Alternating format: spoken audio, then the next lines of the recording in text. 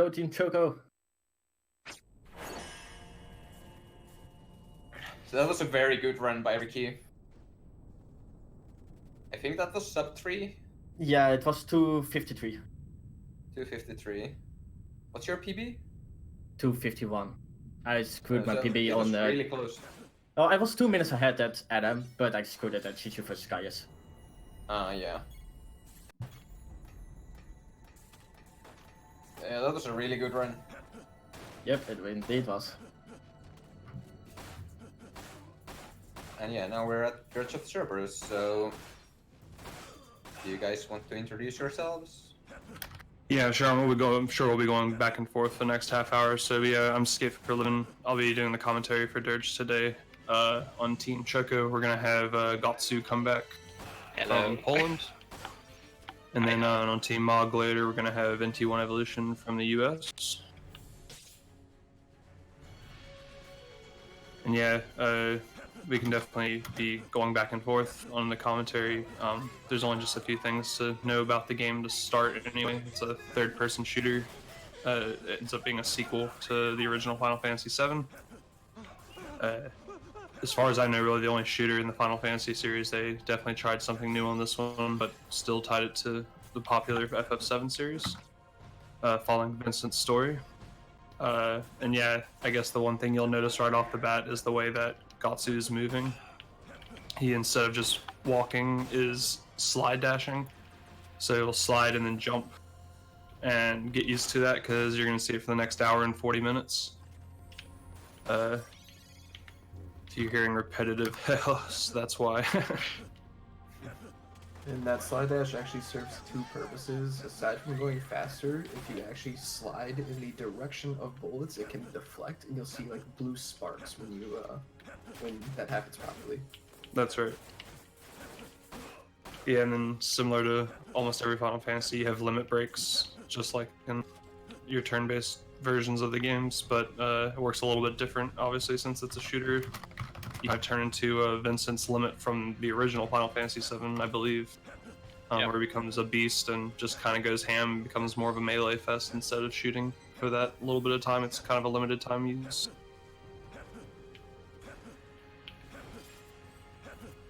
And then yeah, we have a mirror that you're supposed to do, but in this category you can just run past it and not have a worry about it.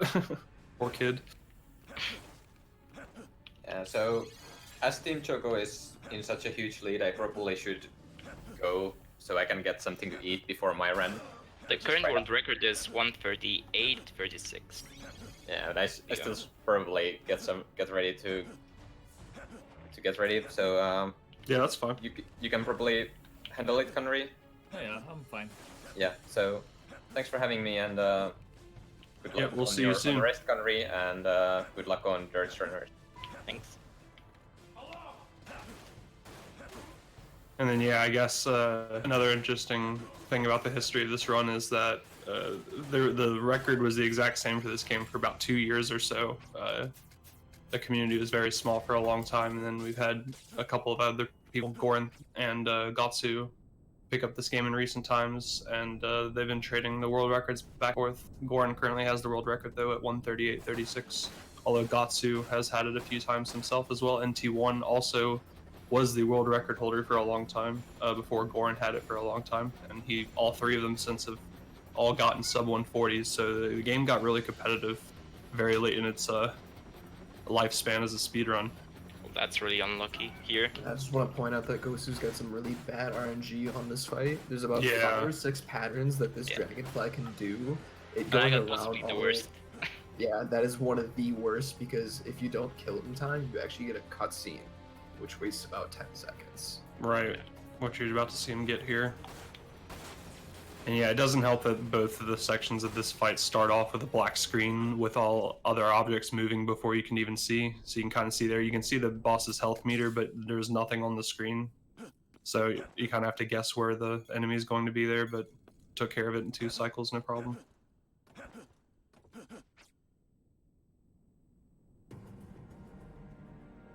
You can see there another example of the game kind of being loaded, but not the visual assets.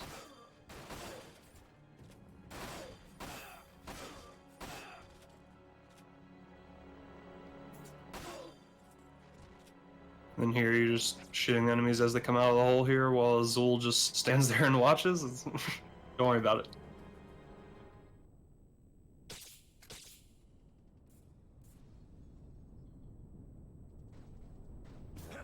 Yeah, we had a Crisis Core Final Fantasy VII featured as the first run this marathon this weekend, and that was a prequel to Final Fantasy VII. This game is a sequel to Final Fantasy VII. Takes place, I believe, 3 years after the events of Final Fantasy VII. A year after Advent Children. That's off memory, I could be wrong.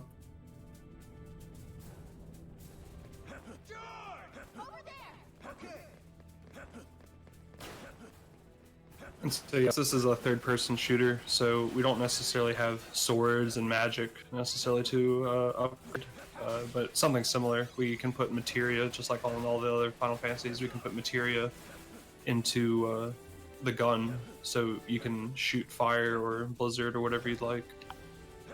Yeah, if we talk about the fire materia, I mean, about the materials, we are gonna use one in the upcoming boss fight. Yep, the ending boss fight in Chapter 1. Just gonna spam fire. And yeah, at the end of every chapter and then during shops, in between, or during chapters, yeah, you can buy items or upgrade your equipment. There's different gun branches you can buy, ones that are focused more on like range, ones that are focused more on damage. So in lieu with that, the runners will definitely try to be getting as much gil as they can without going too far out of the way throughout the entire run, really. And not only for gun upgrades, but just health, like potions and high potions and stuff, and bullets, of course.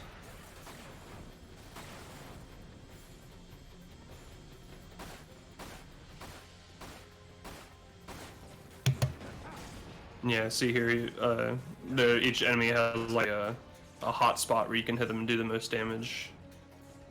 And it's very nice to cycle there, and you'll see before the fight ends, he's going to be trying to getting as many items as he can from these boxes before the screen fades out. Looks like he got some bullets and a high potion, might be able to get that limit breaker, but looks like he missed it. I don't think it's too important. You grab the limit breaker. Oh, okay. You walk left. Okay, awesome. The limit breakers are very strict in this route. Limit breakers are very important for a couple key bosses. And if we don't have all the ones that are specific spots, we either have to go really out of our way or take a very slow strat for certain bosses. Right.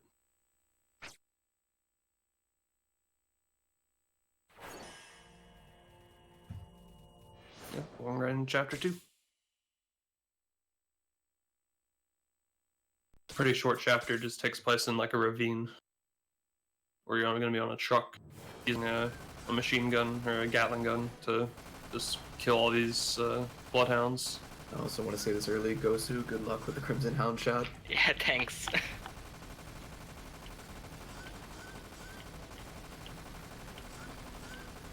Yeah, I guess that's coming up in a second.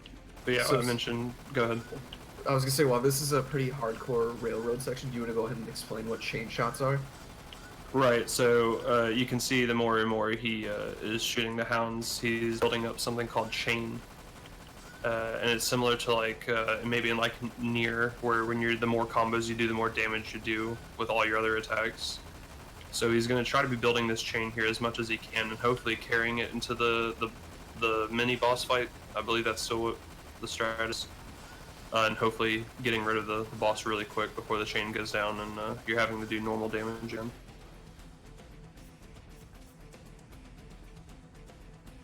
So you notice that Gosu has a 41 chain right now. Pay attention to his first shot, because chain shots only affects your next shot. Doesn't matter if you hit or miss. Right. Probably do about 2,000 damage to this upcoming hound, which is not possible 250. without a chain. Yeah. Yeah. So our normal shots will only do about 650 come late game. But by doing chain shots, we can do some ridiculous things, such as one-shotting bosses, which you'll see in about 2 stages. Yeah, against Shulk and then against the Crimson Hound, which is upcoming here.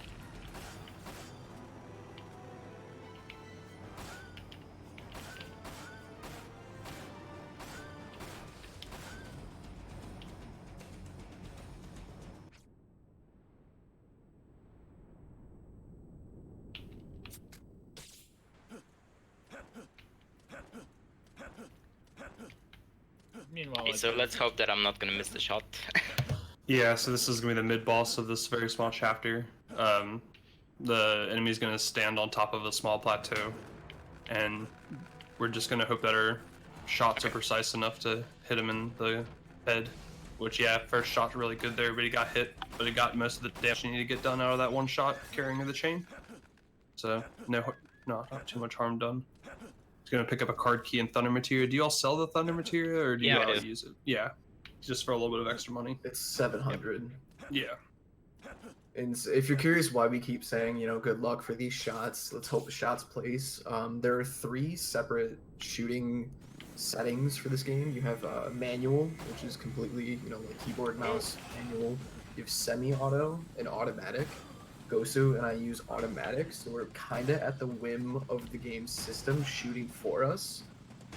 I used to use semi-auto, but there are certain strats that actually do need automatic because of how hard automatic does snap onto enemies. Yeah. So, It just overall in the long run is going to be more in your favor to be using automatic semi-auto. You can maybe try to get away with like switching it around during the run, but it just ends up not being worth it for most people, I think. Skate, did you explain stage results yet? Right, so yeah, at the end of every stage, you can either choose to convert your points into experience or money. If you get the money, you just keep it, and then maybe you could use it like in the middle of the next stage, but sometimes we'll be taking experience. I So believe. the most important thing, as you just saw, Gosu had an S rank on that stage. That's very important because if he didn't, he wouldn't have gotten 5,000 gil. He would have gotten 2,000. Yep. And as I mentioned earlier, gil is pretty strict in this because we want very specific upgrades at various points in the game to deal the most damage. So getting that 5,000 is crucial, so he doesn't have to go out of his way to get more.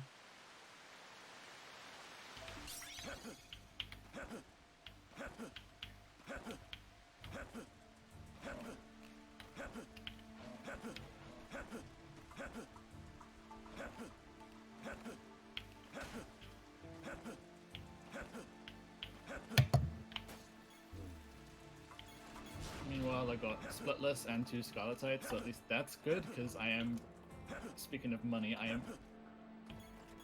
incredibly low on money.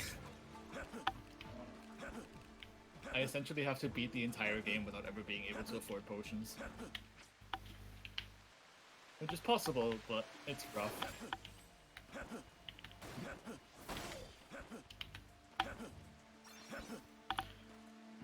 Okay, so the sniper area right here. Yeah, you kind of. This is a chapter of ignoring things, that's for sure. The mission here is supposed to be eliminating all the snipers and everything, but we're just gonna kind of ignore that for the most part. So this part's especially scary because once Skate was the original router of this game, and I don't know how long you ran before I came in, but I decided I didn't want to take a level up before this stage, so we're still level 1 at base HP 780, and those sniper shots do about 300 per, so you know you can get whittled down pretty fast. So you gotta have an itchy trigger finger on your potions just to make sure that you don't die. Yeah, which goes into being able to have money to even afford that in the first place, which I guess taking the guild there allows you to budget for that. But the problem is the snipers are so far away, it's really just hard to do damage control on that. So you're really just hoping you don't get hit, and that can be kind of scary. Exactly.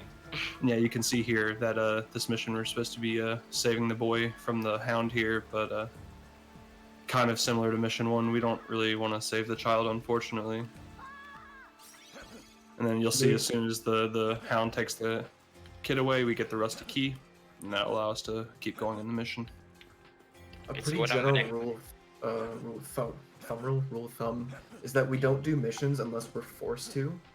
Just like Skate was saying. So if the game bars us from progressing, then we'll do missions. Wow. Other than that, we don't care. Yeah, that's a pretty hard double jump he just did there, and to forego using the ladder. Yep, it was first try. Yeah. I think it saves time after, or doesn't save time after like 2 or 4 It's tries, the something first like one. that. Oh wow, okay. Yeah, after first try, it's not worth it, but it looks really cool. Yeah, being able to do a double jump, dude, I don't think they really wanted you to be able to do. So, yep. Most of the time in this game, the card key. So like he just grabbed a card key from the enemy to go through this barrier. Usually it's always either in the same enemy every single time or the last enemy in a group. Just something to be aware of.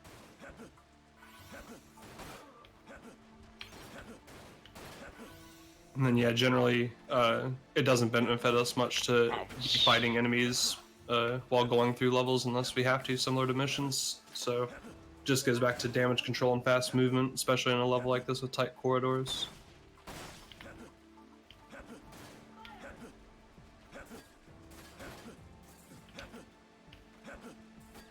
I think in order to fix my money route, I might show a cool little thing that has been like the most recent addition to the 13.2 speedrun. A little thing that I found while I was browsing a different category. But it's pretty helpful here regardless. All about the latest tech. Absolutely.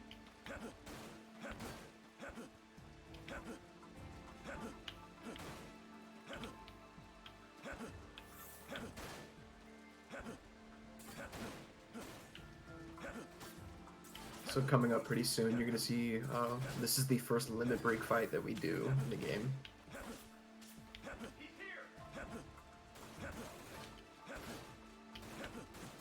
Yeah, so it acts like an item, unlike other games where you might have to take damage over time, or I tend there's pretty much, what, 6 different ways you can get limit, for example, but this one, it just is an actual item you use and lasts for, I don't know, let's say 30 seconds.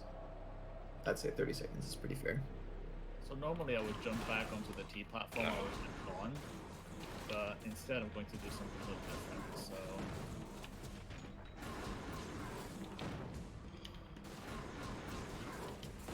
Yeah, Gosu here is going to just be going for 4-hit combos, with the 4th hit doing like a slam attack on the ground that can stun an enemy sometimes. Plus it does a little bit of AoE if there's other enemies in the way. This is so troll. Yeah, he's going ham. And now for the cool part. Wow. Geronimo! Alright, not the worst I've ever seen.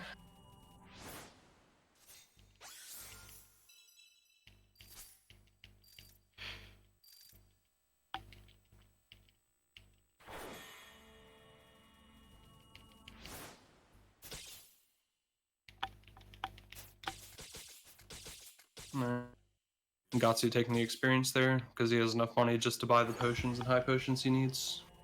I think you end up having to buy ammo pretty much either every level or every other level. Sometimes you'll buy it in the middle of the level too.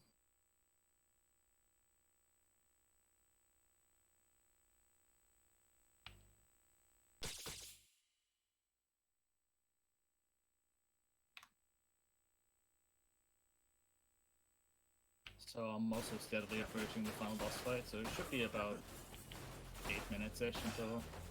Yeah, feel free to shift the focus to yourself, especially with the final boss.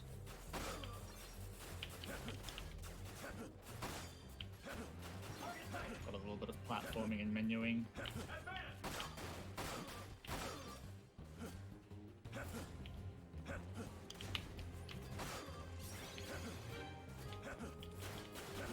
Yeah, feel free to take all the time for your commentary. Headquarters Under Siege is a pretty basic level, nothing really to Yeah, commentary. we're going up a bunch of stairs.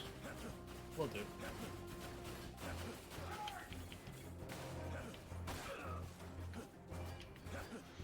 Perfect dodge there, wonderful. That one's pretty tricky with all the Kates moving around pretty quickly and before the behemoth being excessively large in such a small platform.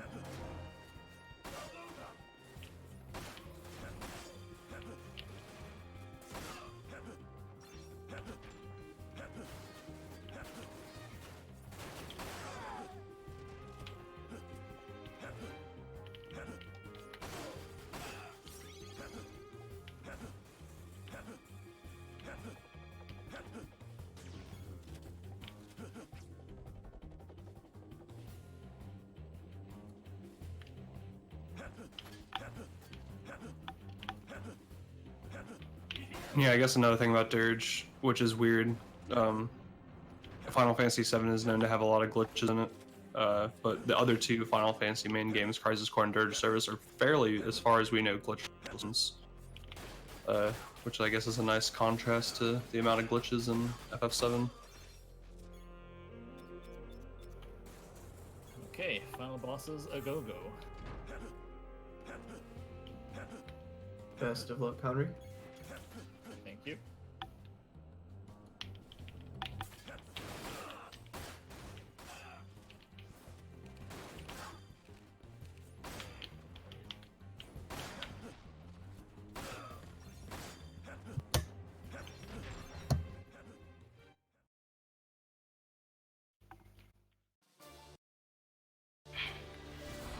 So Chaos Bahamut again. We'll just chain him up real quickly. He's gonna interrupt us here, but that doesn't really matter. Chain us over, we're gonna go to Malevolence and use Gahongus as Synchro. Give ourselves a nice amount of buffs.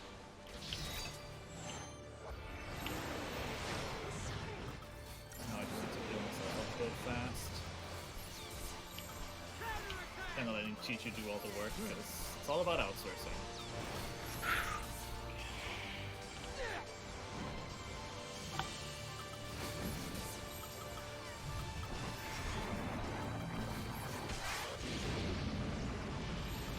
Poetry tanking here so I don't get launched by his attack, and Chi-Chu should finish him off right here.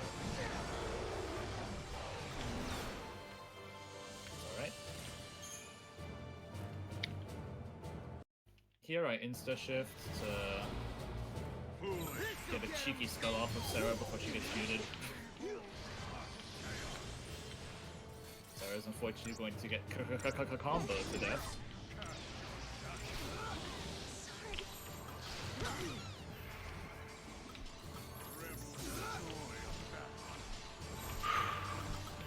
So just a really quick note, this is another chain shot building, so Gosu's gonna one-shot the next boss. Let's hope that I'm gonna one-shot the boss. I mean, I've missed Chelk on the previous, like, practice run, so I'm really afraid of that. Of Yeah, that you- I'm gonna hit that shot. A reminder, yeah, when you build your chain, you really only get one chance to get that the big damage shot, so you gotta do it good. Yeah, it is hit or miss. The game does not care. Here I'll do a little bit special, my own little strategy that I found. I'm going to insta-shift into the other Relentless that I have. Okay. Unload my chain, and then try and time a shift There we go. into Guarded Assault so that Sarah starts provoking as soon as possible.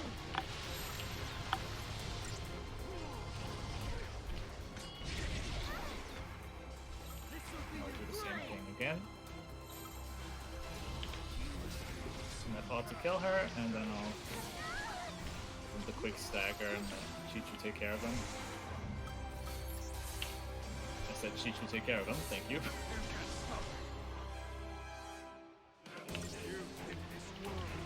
And yeah, here real quick, we have the first Azul fight in the game. It's probably, as far as I know, it's still the most random, I guess, fight in the game, even though it's quite short. You just have to explode the barrels against Azul and hope that he Feelings with, like, that walks. word Second most inconsistent fight in the game. And yeah, you just have to hope he walks towards you so you can blow him up with barrels instead of having him shoot, which just wastes time. And there's not really much you can do about it. Now I'm reaching the final boss proper, so the Mog Dirge of Cerberus runner better be ready. ready to go. Very clean menu there for Gatsu. Yeah, that's another thing to mention. The menus in this game are my favorite ever in terms of like actually just performing menuing. They're so clean when done right.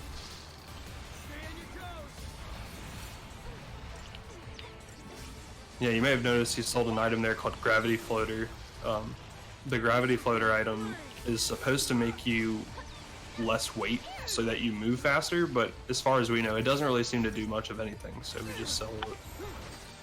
So that's another weird thing about this game. The weight system only matters when you're in the gun mode, so to say. So when you put on the gravity floater, when you're aiming at something, you'll run faster, but when you're just slide jumping, I think, slide dashing. Or just moving at all, right? Yeah. When you're not in that gun mode, you're always at maximum move speed. And since we're already in that gun mode as little as possible, it doesn't really help us. Right. So what, 500 gil I think it sells for and ends up being more worth it? 700. Yeah. And you sell the Thunder Materia as well from Chapter 2. I want Sarah to be nice and full HP here. just so that she doesn't die prematurely, because I do need her to do something before she perishes. Unfortunately, I had a bunch of items cluttering up my inventory, so I didn't quite know where everything was. Needed to find the unicorn there. It's imperative that I throw potion here before I paradigm shift, otherwise Sarah doesn't get healed fast enough or try to survive this.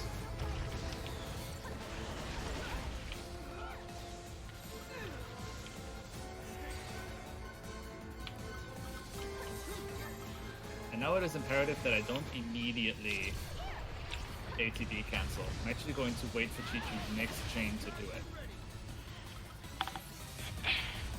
Okay, so a menu up here. And time, go. GG. GG. Well done, Conry. Also good luck, NT. Thanks. Yeah, it looks like Team Log shaving off a good 5 or 6 minutes against Team Choco there on 13-2.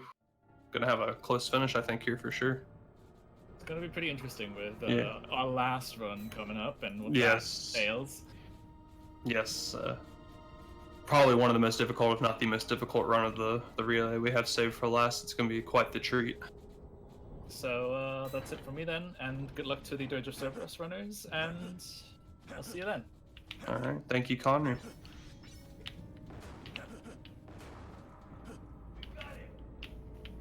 All right, so we have Gatsu here going into a staged fight where enemies show up on the left and right, just shooting them, no big deal.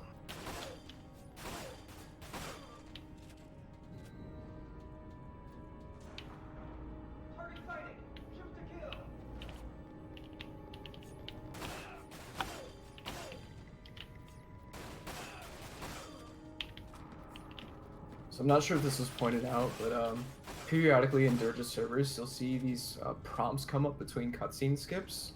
We actually run this game without memory card because it loads faster. Yeah. Yeah, that was kind of one of those things back in the day that wasn't completely obvious at first. We noticed that when you didn't have a memory card and a menu came up to ask if you want to save, and we just assumed that since a menu came up that it was slower, but it turns out that menu coming up and canceling it is faster than just a memory card being in the system at all. So and yeah, we have the Kate Seth section here. Oh! Can be quite trolly, and there's a little bit of a platforming skip you'd like to do here, and yeah, it looks yeah, you got hit the invisible wall there. Don't worry about it.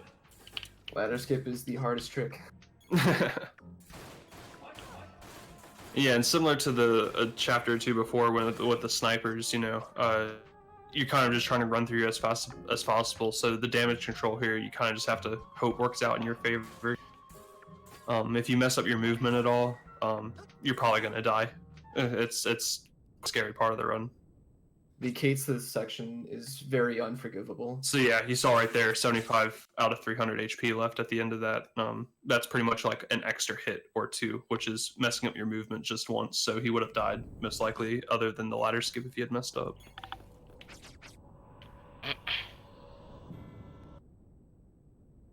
And then yeah, now we're in the Shinra Mansion, somewhere you go in all 3 Final Fantasy VII games.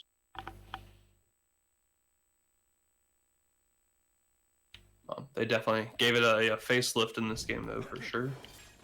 I think Manor Despair is a beautiful level. Yeah, for sure.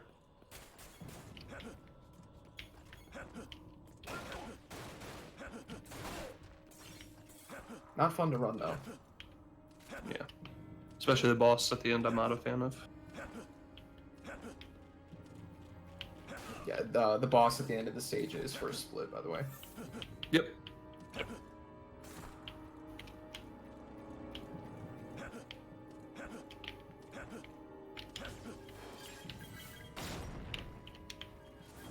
Okay, so there will be another escape going on here, the bridge escape, which I hope Yes. I'm gonna do. Yeah, this is kind of like a little forced mission here. You have to blow up these mines, invisible mines on the ground, just cause. Done it. So he's gonna try skipping the bridge here. Very nice. Yeah, platforming in this game, considering this game's a shooter, the platforming whenever you have to do is kind of an afterthought. So usually when you have to, you have to be pretty precise. And yeah, saw you took the one barrel there to blow them all up. Stuff like that. Those little optimizations that can either get rid of almost all the enemies at once, or you taking the least amount of damage. Definitely add up throughout the course of the run, which results in less potions you having to buy, which saves money and time.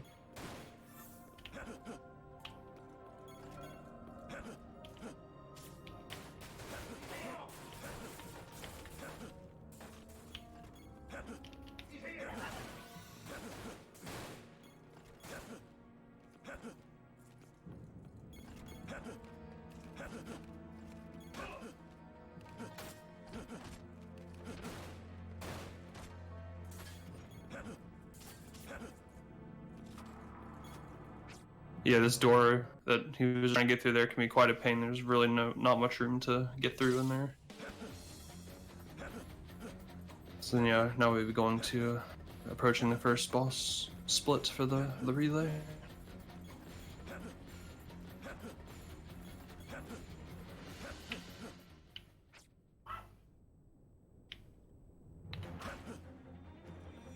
So yeah, Timekeeper, you can just split when the HP gets to 0. For Black Widow. So yeah, Black Widow, we're gonna go into Limit Breaker, similar to one of the other bosses we did recently.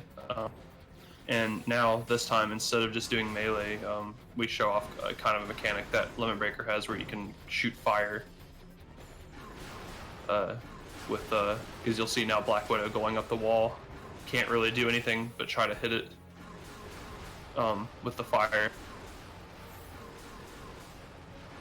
And ends up being way better than trying to use a gun. Just the DPS is much lower on a gun than with the Limit Breaker. And yeah, this is another one of those fights where you just really hope that the pattern you get is good, and there's not really much you can do about it otherwise. And yeah, you do so little damage in this fight with a gun that if you get out of Limit Breaker, you're probably losing at least double the time that you've already spent on the fight. It can be pretty bad. But got through it no problem. That's a split for Team Choco. Got NT1 going here on this Chapter 1 fight, Dragonfly Geo. Looks like he might be having a little bit of an issue. Yeah, one of the flame shots missed its weak spot. Right. Yeah, we spam pretty much all of our Mako there to use all of our fire that we can. And if any of them miss, it just adds quite a bit of time to the fight. And yeah, I guess something we can mention while both runners are at the end of their chapters. There's 3 weapons in this game, I believe. Is that right? There's pistols, and then rifles, and then sniper rifles, right? Yeah. Right. We just used the rifle pretty much the entire run. Back in the day, we would switch, but I think you pretty much just keep the same weapon the entire time now. We used to switch them, I think, to make yourself a little lighter, but then we realized that no matter what, as long as you're not shooting, you're moving at max speed, so it doesn't really matter.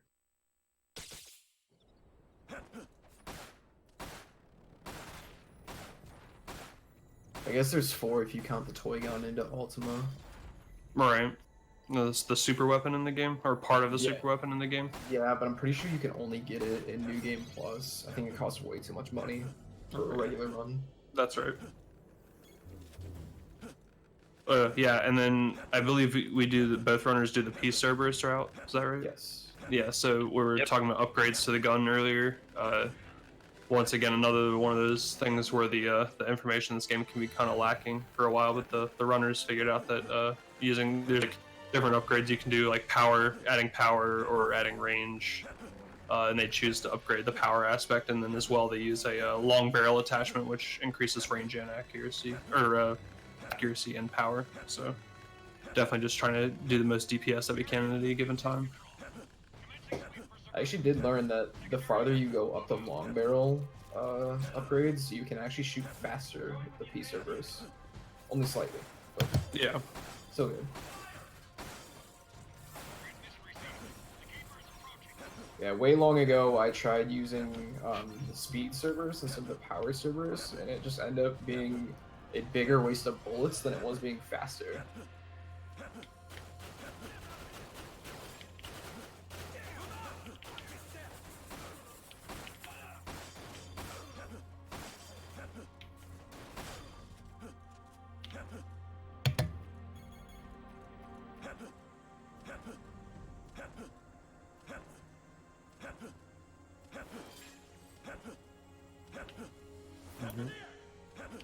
So yeah,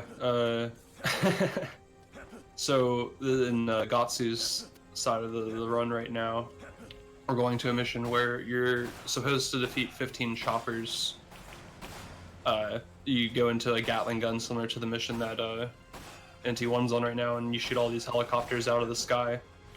And for the longest time, you would get in the Gatling gun and shoot, and the problem is they do a lot of damage if you can't destroy their projectiles.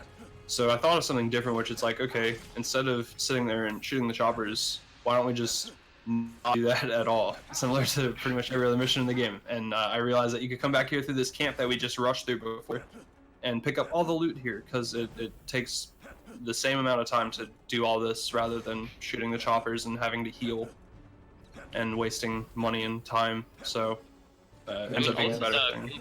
Also, the guild bonus for like getting all the choppers down is pretty low, so yeah, in the missions during the chapters, you'll get guild bonuses at the end depending on how well you did in them, and it just for even if you get hit like a couple times, that probably is going to offset the cost of the potions it costs to heal. Yeah, you only have to beat the last chopper, I believe. Is that right? yeah.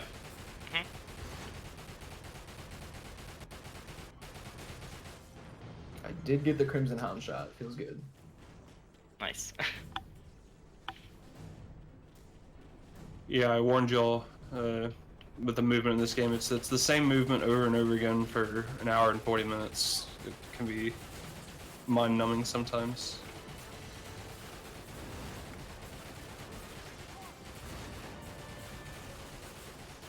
You gotta try your best to drown out the sounds of Vincent going hup hup. NT1 looked like your Crimson Hound went okay? Yeah, I got the chain shot on it. Pegasus Riders was kind of crap, but it's all good. Yep.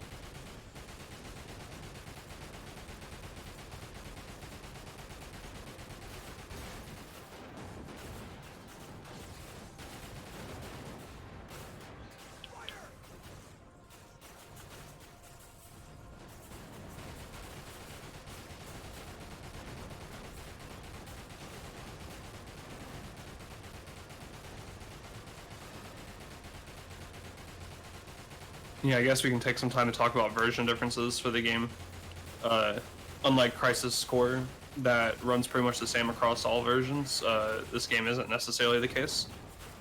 In Japanese, you can't really dodge, like can't really slide there. There's a roll in the Japanese version, isn't there? Yeah, there's a roll that... Yeah, there is a roll though.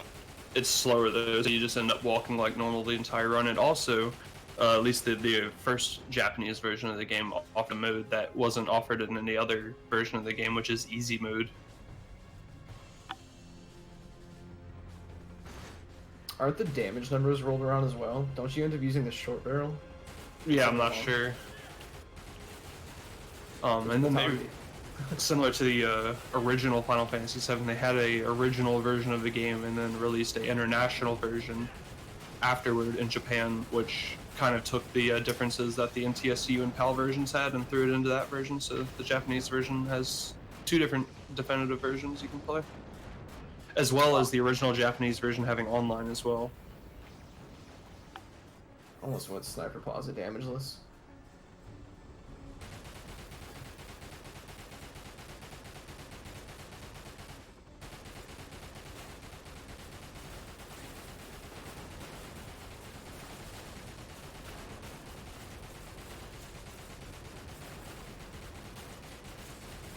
You can just see here, Gatsu taking out the last of the choppers.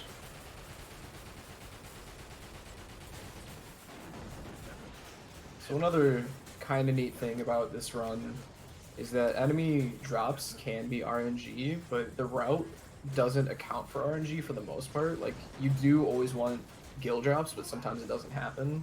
But for the most part, there's enough gil and potions laying around the stage that we don't need to worry about how much we'll have into each stage. Yeah. It's just something you have to keep in mind of if you're taking a lot of damage, more so than normal. You need to make sure you just have the gil to accommodate for that, to make up for your lost stock of healing items.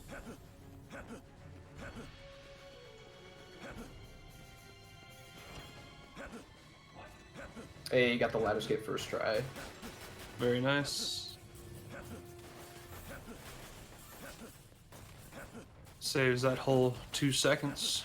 Hey, shameless self-promotion, I'm the one who found that, and I realized that it's incredibly hard and almost not worth it. Gotta go fast though. Gotta go fast.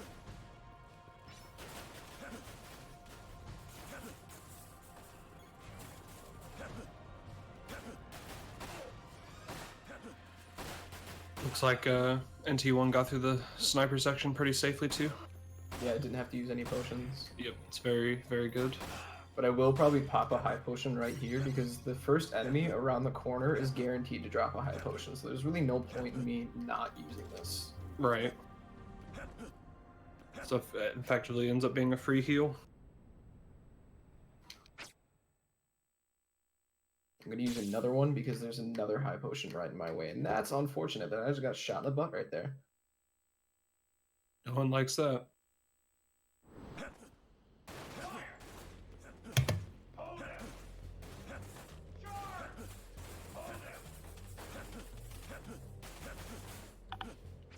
So another chain shot fight against Black Widow 2. Yes, so Black Widow 2 has a weak spot, just like most bosses, but it ends up being on the underbelly of him, so you want to build up a chain going, or somewhat of a chain going into the fight, and then just stand on the bottom of the stairs, and as soon as you see the bottom of him, you shoot him once, and that should usually take care of it.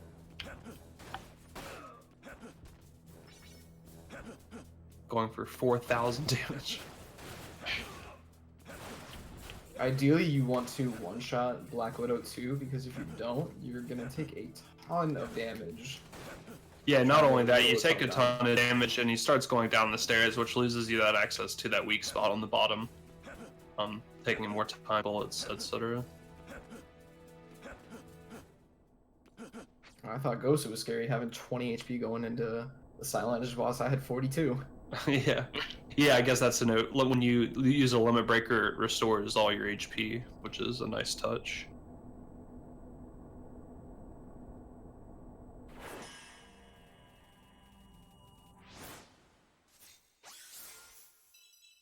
No, I didn't 2-cycle. Oh yeah, I did. Hell yeah.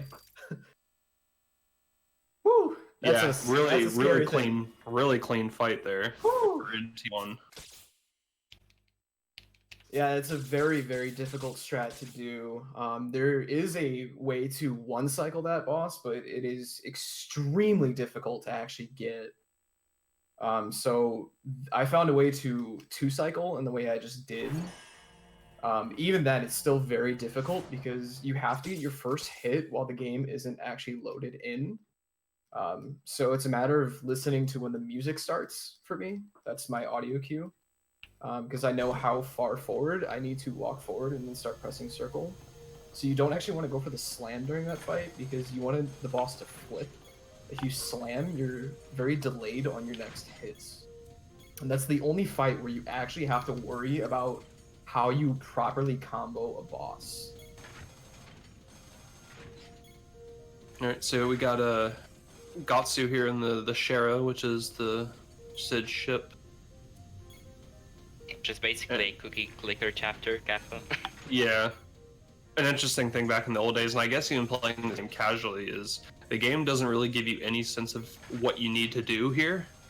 So when routing, you have to figure out, okay, what even is required to be able to progress here, let alone what's the fastest order of doing it. And imagine playing it casually when you really just want to know where to go. It can be quite frustrating, but it definitely had to put in some time in figuring out the best way to do this section for sure. Yeah, funny enough, most cutscenes like that tell you, hey, go talk to this person, and this game doesn't do that. Yeah, just you're on your own.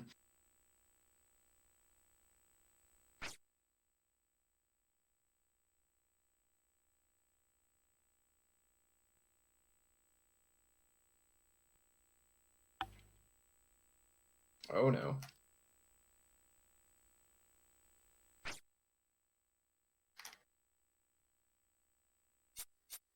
Wow. Oh my goodness. Yeah. Wow. Okay.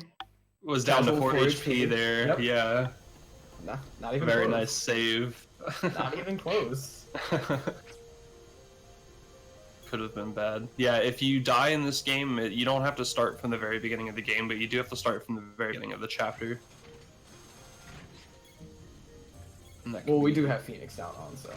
Right. Similar to Crisis Core, Phoenix Down works as a status item. So you use a Phoenix Down, if you ever die, you just get resurrected and you lose the status.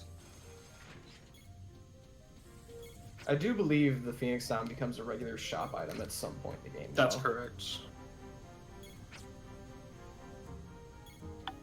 Yeah, until this point, you can only find them in the wild. And yeah, I guess you can see it on Gatsu's stream. You see the boxes throughout the levels. Those are actually the shops. Because don't worry about it. Oh no. Oh no.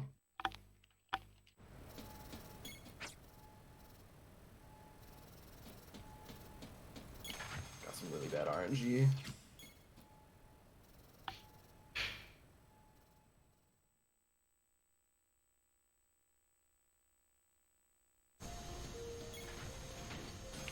So if you saw on my side, that was the whim of automatic aiming not properly hitting the enemies. Yeah, you're at the mercy of just hoping it hits somewhere close to its head. Otherwise, you're just doing chip damage. Well, it's more so that you're just hoping that all 3 shots hit. If you haven't noticed, every time we fire the Cerberus, we have 18 out of 18. They'll go to 15, then 12. So there's 3 shots every time we hit R1. And it's actually possible for one of those shots to miss. Yeah, so you're having to do a whole nother burst to take off the enemy. So the powered Cerberus is good because if all 3 shots hit, it usually one-shots most common enemies. Or at the very least 2-shot. But if any of those shots miss, we're ending up, firing 3-4 times. And because we have the powered Cerberus, it's the slowest Cerberus. So it can take a little bit to, stand there and keep firing at the enemies.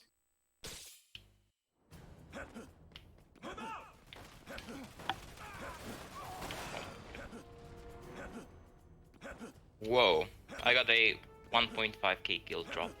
Yay. Wow. In Midgar Assault? Yeah, at the very That's- beginning. Yeah, And handgun bullets. It's the rarest drop. I've only seen it once, which happened in practice.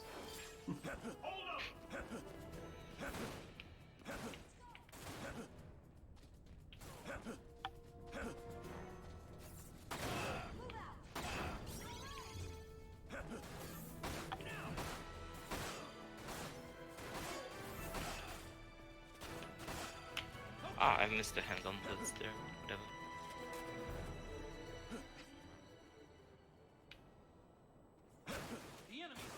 So say goodbye to Shulk. One shot.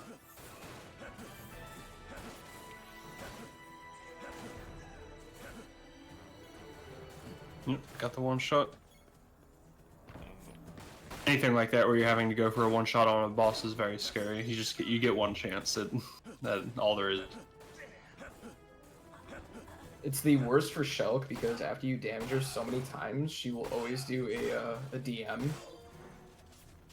And it's she's where she's just moving all around on the screen. It's and she's such a pain to completely hit her. vulnerable. Yeah, That's the worst part about it. yeah. That used to be Nice. quite a slow fight back in the day before they started doing the chain shot. I got decent RNG on Azul. Yeah, I think he did like one extra shot there, not too bad.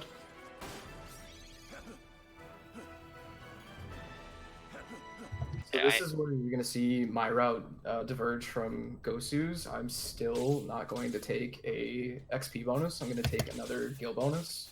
So I'll have 780 HP going into Manor of Despair. Yep, and one of the first parts of the run, Manor of Despair, that is, where you can be taking a lot of damage, so it's quite scary if you're going to be using this route. So the reason for me doing that is, you noticed I had 18,000 gil left over the powered Cerberus requires 26,000, so that means I will have powered Cerberus way before I go into Midgar Assault. And that sets me up for the fight for the Central Complex boss. That's the stage after Midgar Assault. We want to have the powered Cerberus and the powered booster maxed out for that boss. Yeah, those being the two items we're upgrading for the guns, just for the most DPS we can get.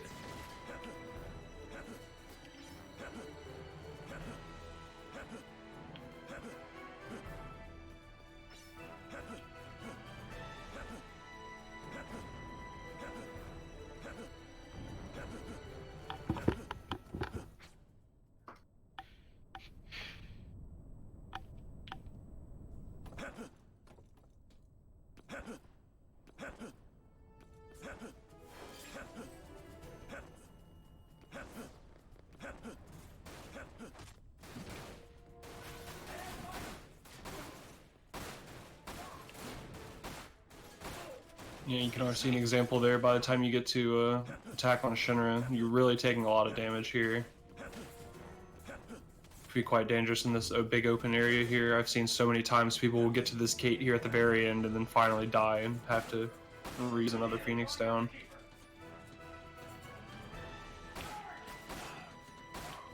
Start getting into enemies here that will have rocket launchers, and damage taken just definitely takes a big spike here from here on out.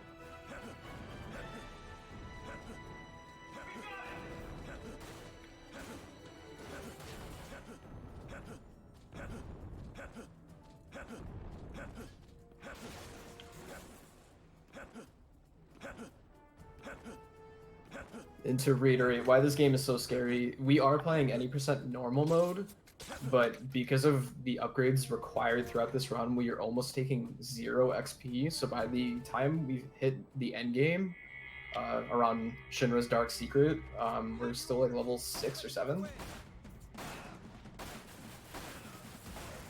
Because for the most part, level ups only affect your HP. They are supposed to affect other things like melee damage. I think it can affect magic damage as well.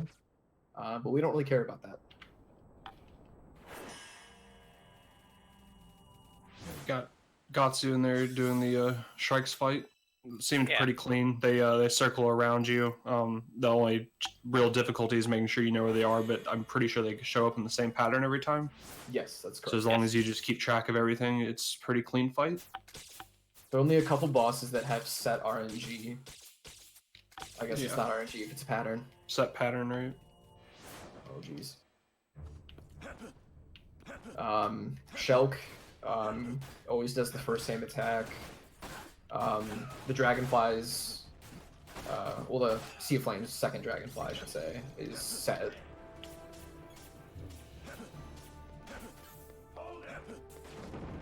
Shrikes are set. Azul is technically set.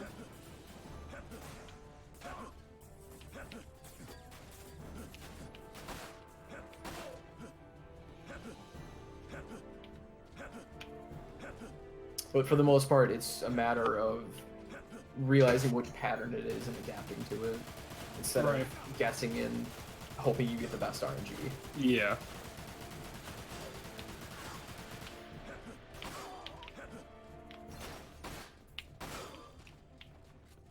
Yeah, I guess if you're all just coming in, this is the Final Fantasy Series 4 relay, Interlude. This time around, we've decided to take some of the side games rather than the main Final Fantasy games. We have a lot of not so commonly featured Final Fantasy games for this, such as this one. This is Dirge of Cerberus, exclusively released on the PS2. It's a third-person shooter. Your two runners for Team Mog, NT1 Evolution, and for Team Choco, Gatsu, both two of the best 3 in the world. Both have had a world record at some point in time. You know, Gatsu there getting trolled by the barriers, nothing you can really do, and you have someone shooting, or mines floating above you, taking a bunch of damage. That is the most RNG heavy part of the game, I'd say. Yeah, all the runs you've seen this weekend will be exported to YouTube, so you can watch them at your own viewing leisure. Definitely follow the runners NT1_Evolution and GocuComeBack. Both Great runners in their own right.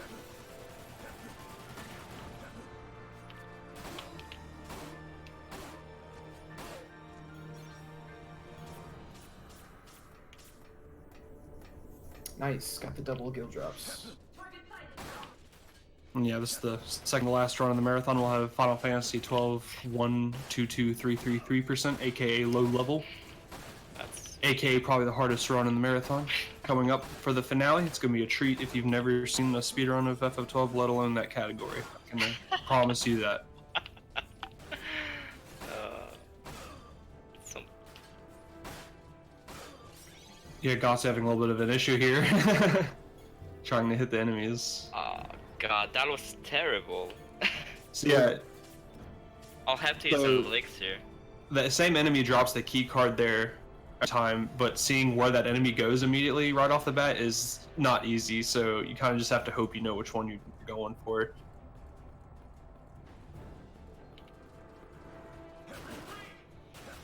We got NT1 slowly approaching the first boss split for the relay. Black Widow. Slowly. I'm offended. Gradually. I thought this was a speed run.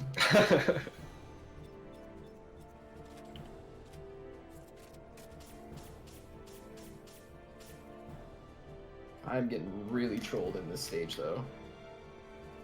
Yeah, and Manor, there's definitely a lot of tight corridors with enemies. Don't get out of your way. You kind of have to take the time to shoot them, which you don't want to be doing unless you have to. And like I said, I am taking the scarier route by not getting a level up before this stage. Yeah, I'm taking even more damage than what I should be. this is one of those parts where if you don't beat the boss by the limit breaker, you just start taking a ridiculous amount of damage while doing low DPS yourself, and just not a good combination. Meanwhile, Gatsu trying to use the scope.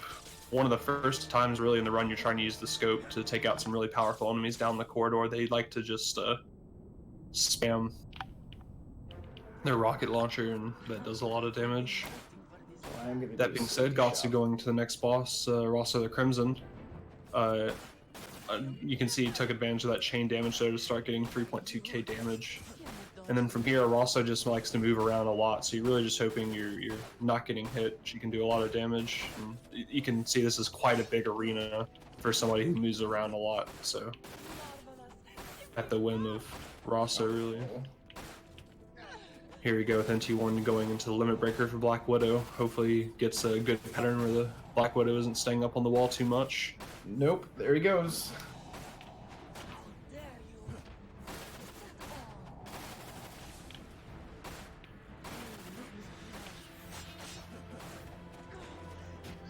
I'm really glad I took that safety shot.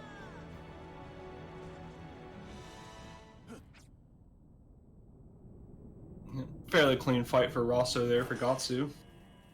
Yeah, but still I lost around 50 seconds. Yeah. Like, I didn't had a even chance to shoot at the guy who did Oh. have the card key. So you know my fight's Oh, terrible because I'm right. watching the unmorph. Yeah, so this is what we were talking about, I guess.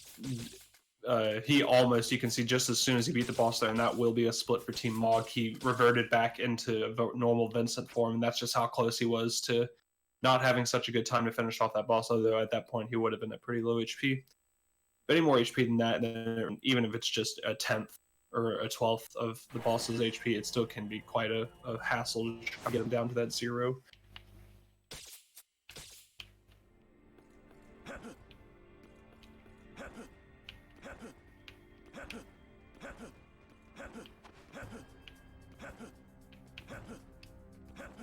Now that I think, I shouldn't have bought any handgun bullets. I did that, no wonder why.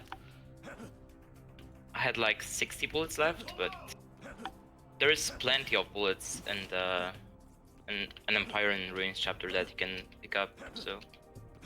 Yeah, as soon as you drop down that like shaft thing, there's I think 120 just sitting there. Yeah. Somewhere around it, yeah.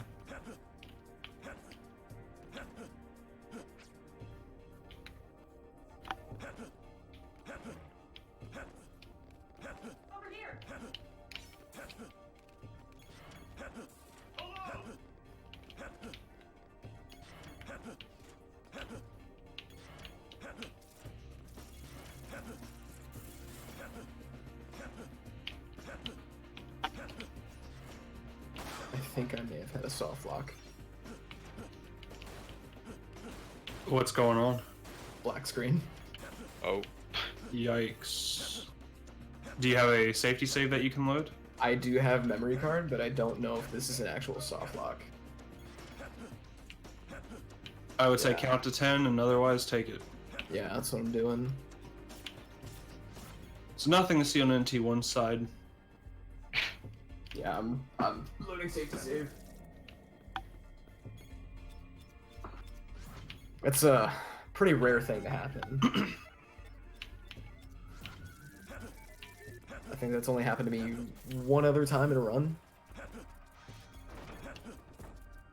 Yeah, I can't say I've ever had like a true soft lock. I've had times where the enemy doesn't drop a key card, which I guess is technically a soft lock, but not like a crash like that. That's unfortunate.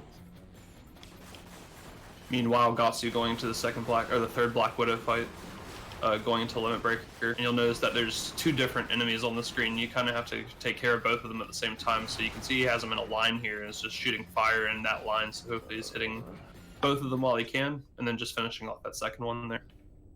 Actually, that fight went pretty well. Yeah, that's right. Yeah, went very good. I don't remember what chapter I was on. It's been so long since I've loaded from a save. You just beat I the got it. yeah, cool. I didn't remember what the panel looked like. You're pretty much loading in exactly where you would have loaded in from where Yep. you locked, so not really a big deal. And I should have the same upgrades and items that I would. That's anyway. right. Yeah. If Gatsu falls asleep for a minute or two at any point in the run, you know, what are you gonna do? Might just make up that time back. Nah, I don't think so. It's unfortunate though. It could happen, I'm just saying. Maybe. I know Lightning Returns had to do a safety save. Has any other run had to do a safety save at all? Yeah, Crisis Core is littered with them, of course. Some Well, I mean, else like an actual safety reload, I guess. Oh, yeah, no, I'm not sure. Because I know the Sahagins were really trolling Lightning Returns. Alright, so on Gatsu's screen, he's going to be riding one of two very long elevators, and just since there's nothing to do, just looking to take out the mines, I believe, or he might just sit there and not. Yeah, we call this the bathroom break elevator because it takes about 80 seconds to actually complete, and there's nothing going on. Yeah, you can try to blow up the mines here to get extra score, which converts to gil later at the end of the level. This is actually quite a dangerous part. These mines, when exploding, do almost your entire HP bar when they explode. So if you happen to get two that are right next to you and they both blow up, well, you're dead. So just that risk ends up not being worth it most of the time for most runners. And definitely you don't want to shoot them at the very beginning of the elevator, because you're gonna die anyways since the mines are flying around you. Right. And the only real reason to shoot the mines is for a gil bonus at the end of the stage, which almost doesn't matter. Yeah.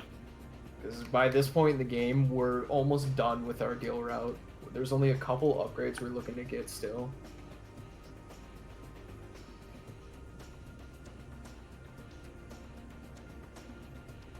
NT1 going back now to raid the camp he went by instead of shooting the choppers, because it takes the same amount of time. Mitsu getting to the bottom of the first elevator here to continue going through Shinra.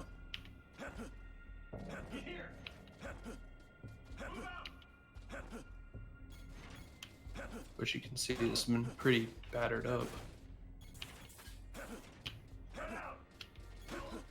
Yeah, and these rooms are another example of just trying to get past enemies without having to, see, there's 3 of them in that doorway there. If he was there a half second later, he would have been having to either shoot them or wait.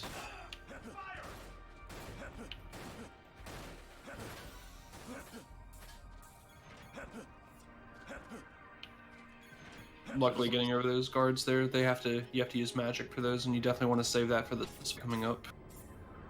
I mean, I didn't really shoot those guards anyway. Yeah. I just run through. Yeah.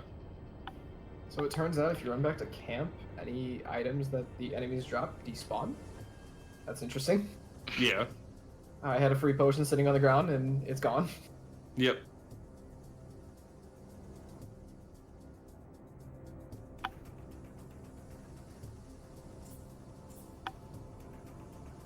But yeah, I guess talking about anyone interested in running this game, this was my first Final Fantasy speedrun, however many years ago it was now. It's really easy to pick up. One of those easy to learn, hard to master kind of deals, due to the nature of just trying to do as much DPS as possible. Really all that there is left to do after that is optimal movement, and that can get shaved down the more you focus on that, and it really adds up across the whole run. Because it's not necessarily automated movement, considering you have 360 direction. Yeah, Gatsu dying there, that's kind of what I was talking about before with the mines there. You can really take a lot of damage quite quickly, and didn't pay off for him this time. So I'd imagine he'll probably try to grab another Phoenix down, especially with the boss fight coming up, as it is probably the hardest one in the entire run. Most dangerous at that. Yeah, I'm gonna need to rebuy stuff, definitely. Backpacking a little bit off of what Skate was just talking about, this game is very easy to pick up. There's very little nuances to it that you have to learn. I'm sure, like every other speedrun, there is a Discord. If anyone would like the link, I can link that after my run, or Gosu, I think you can do that as well. Yeah, sure. Yeah, I have a couple tutorials out. One of them's rather old, and one of them kind of recent, although they're crappy. I'm not a YouTuber or editor or anything like that, but you can definitely hop in that Discord and ask anyone in there, you know, good strats. Yeah. Yeah, according to speedrun.com here, which the guide is on speedrun.com, I can link that in chat if y'all like to take a look at the leaderboard at least. That might be the old one. Yeah, it says it's from 3 months ago. Oh, okay, that is the Nah, old one. Goran did update that. Speedrun.com. Yeah. Neat. Yeah, shoutouts to Goran, formerly Goran360, current world record holder, and I think has held the world record cumulatively for the longest time. So yeah, Neo Azul here, and this is going to be a split coming up here for Team Choco. He does an incredible amount of damage to you. And back in the day, we used to limit breaker this fight. You didn't limit breaker, did you? Yeah. Oh, you did. Okay. Yeah. So you start out with a limit breaker, and that's a split for Team Choco. Or no, sorry, Arcazul here. It's a two-part fight. Yeah. My bad. This is the fight. Yeah. So Yeah. Arcazul here, he doesn't really take too well to bullets, similar to the Shinra Mansion boss. So the second phase here will be going into limit breaker and trying really. This is Shinra Manor is one thing, but this fight you really want to be able to try to beat him before you lose your limit breaker. And he likes to stun you a lot. He'll do like spiral swiping attacks. Done. Split. Very nice. Yeah, it's a split for Team Choco. So an interesting idea for that fight actually is you want to get hit by Azul after you do your air combo, because it will reset you. After you get knocked down, you can hit X to tech, so to say. Right. As soon as you tech, Yeah. you can start doing your melee combo again, rather than waiting for Vincent to slam on the ground, wait 2 whole seconds, and then do it again.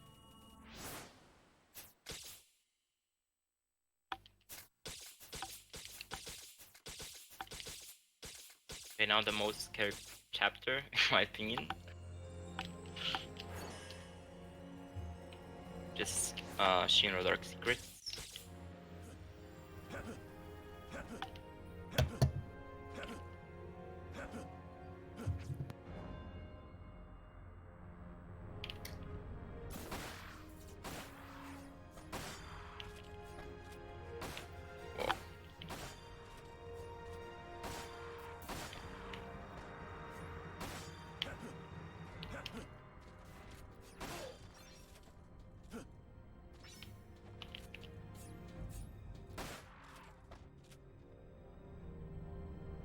I would say this game has definitely had an interesting speedrun cycle, from when Skate first picked it up to when Dynamite Dan picked it up to when I picked it up. We keep pushing limits, which we don't think are possible. Goran being the most recent, breaking the sub 139, which is a really impressive run. Gosu was the first to break the sub 140, which is equally impressive, because we didn't know that was possible at the time. And I was the first to get sub 150, and at that time we thought that run was like really good. Mind you, Yeah, this is we 4 thought that years was- ago, but Sub 150 was a godlike run. yeah. But nowadays, like, when whenever you think it's done, you know, there's always something else. And at the time, the community was much smaller too, so it just goes to show the more people's minds you put towards something, the results are almost always going to be better.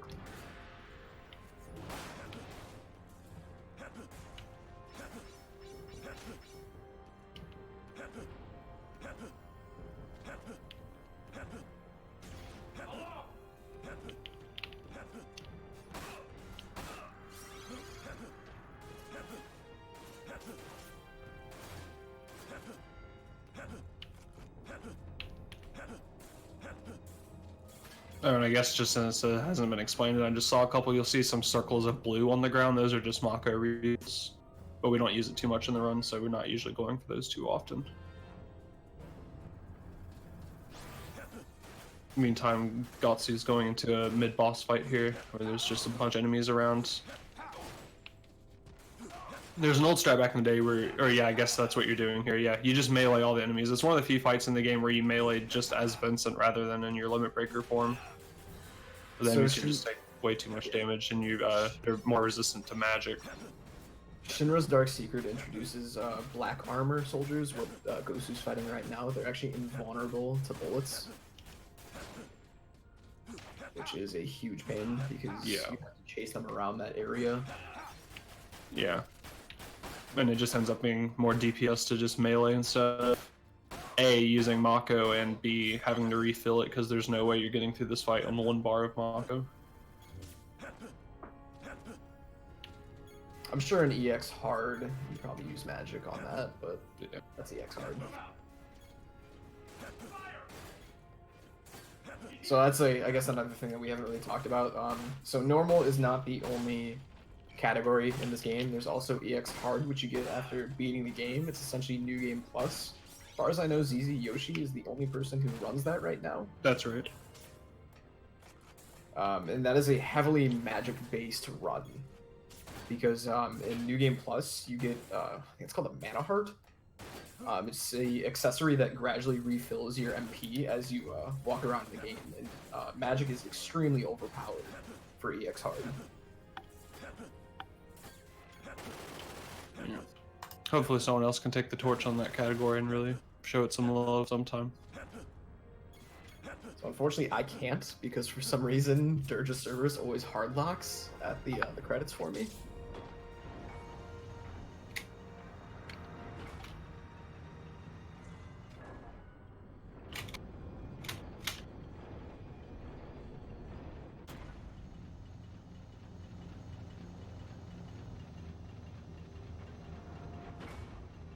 Quickly looking at chat while I'm mashing cutscene skips. It's faster to do the slide dash because the dash will propel Vincent forward slightly faster than walking, and if you jump, you continue that momentum back into your regular walk speed. So every time you do a dash, it's kind of like a arm pumping in Super Metroid, where you're just pushing yourself further and further with every one that you do. Yeah, and there's just a bit of a cooldown after your dash. The jump is just a natural way to avoid that cooldown. But if I remember correctly, back in the days from testing, I believe across the entire run, dash jumping ends up being about 10 to 15% faster than just walking. Which, and maybe, so that's, 1 second for every 10 seconds of movement, which doesn't sound like a lot, but it ends up adding up quite a bit. I mean, I would imagine you're losing 10 plus minutes if you're not doing that. That's very accurate, actually. It's about 1.5 seconds to 2 seconds saved in walking. I did a test in Sea of Flames right as you get to the bottom of the stairs and do your first save cancel. I just tested that corridor. Walking, I think I got 12 seconds, and slide dashing, I got around 10. Right. So it definitely isn't just noticeably faster, but absolutely faster across a run with it versus without it in terms of time, for sure. And the important part is, since we don't care about enemies, we're tanking a lot of shots. Every time we do that dash, we're giving ourselves a chance to deflect damage, which is very important since we have very little HP and very little resources for the most part.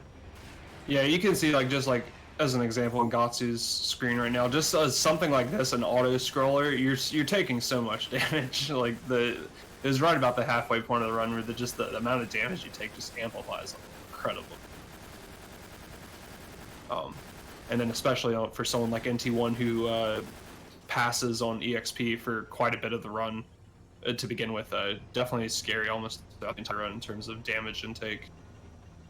And yeah, I guess another thing to mention we hadn't yet is, why would you not take experience over something like weapon upgrades? It turns out in this game, experience doesn't really matter too much when it comes to DPS. Really, if you want to do more damage, you're going to be doing weapon upgrades. So it's kind of a thing of sacrificing health and safety in terms of having a trade for doing more damage.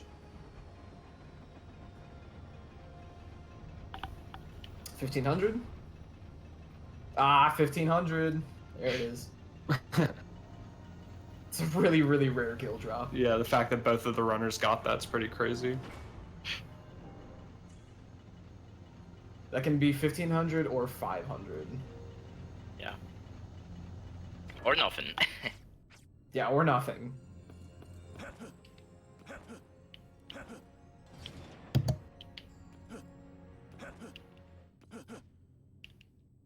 Also, I would like to give a shout out to RGT, Gomi, and Otitok. Hello.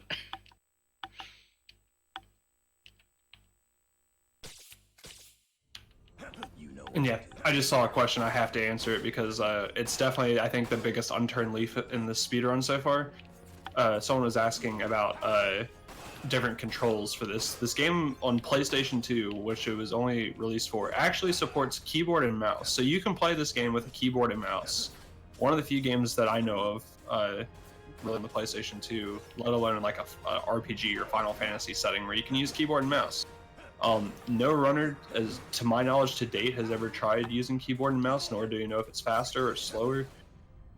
The thing you have to remember though is that the PlayStation 2 console's USB ports only support USB 1.0. So good luck finding equipment that is USB 1.0.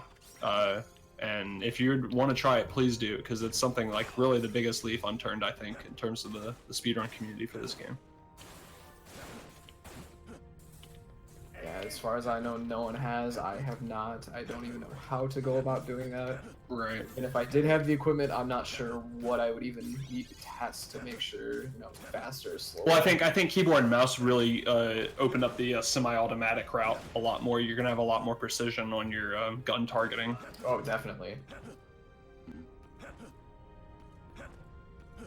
Which semi-automatic is possible with a PS2 controller. It's just scary at times. Yeah. I think it's pretty proven at this point that like shooters are almost always more optimal with keyboard and mouse over controller. But yeah, USB 1.0 was definitely a thing back in the early 2000s. Slowly being phased out, but they threw it in there.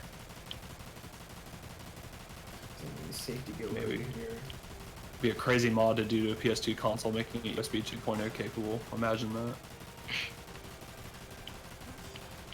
Yeah, I guess another thing I'll mention. Oh, go ahead.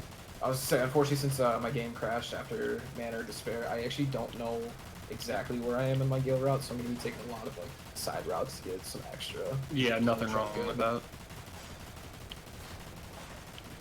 And yeah, I'll just bring it up here. Gatsu might get it, maybe not.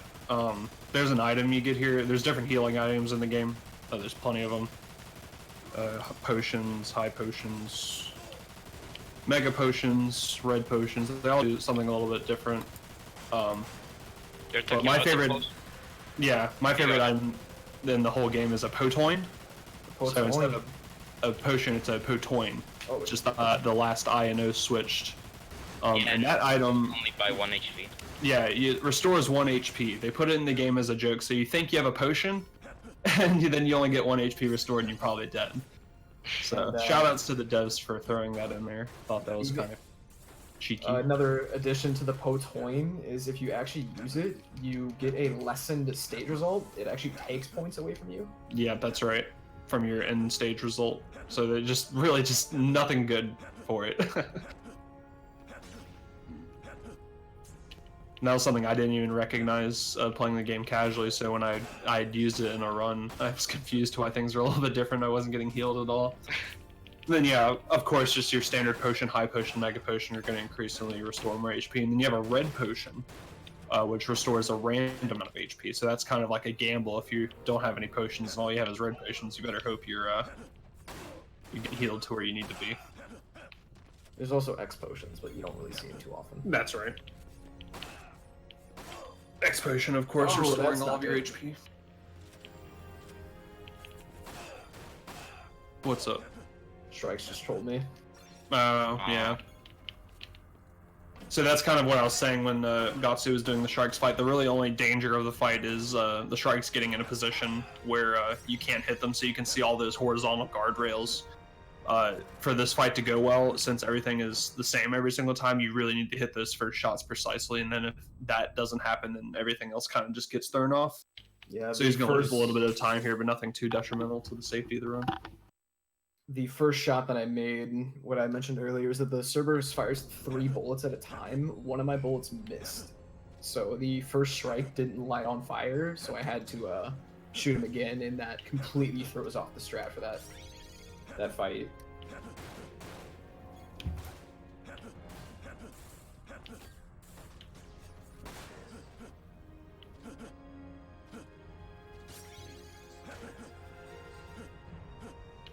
So yeah, some careful jumping there for Gatsu not to make sure to get hit by the blowing up balls there. You have to be kind of careful with how you jump here. You'll see these barrels here now falling, and yeah, they can be hard to get through pretty consistently. And you can see it right immediately after that is the shortest optional mission in the game. We forego it, and I believe it takes like 0.6 seconds. We leave it in 0.6 seconds. Just by going out the door instead.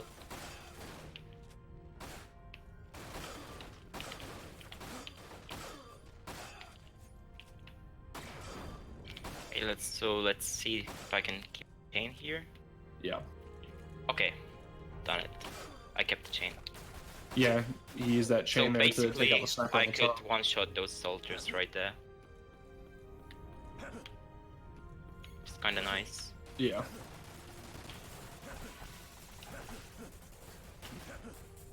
Alright, pray for RNG for me.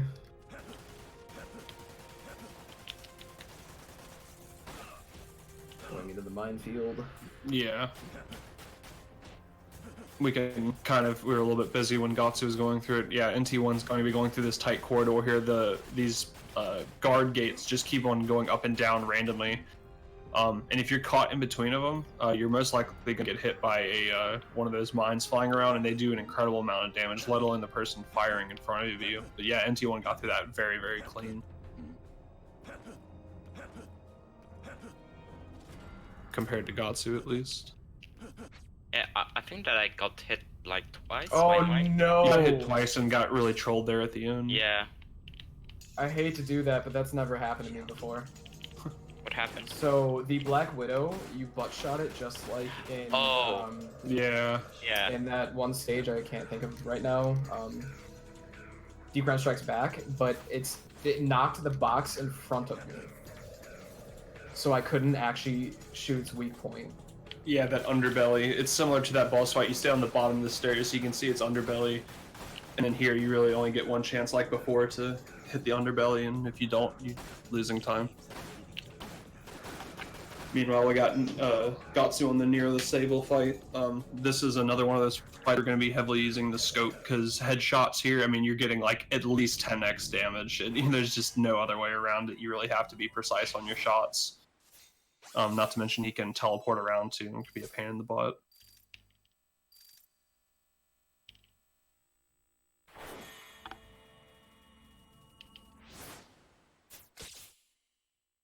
So for that Black Widow, you basically can't do anything about it. You just got to take the hit.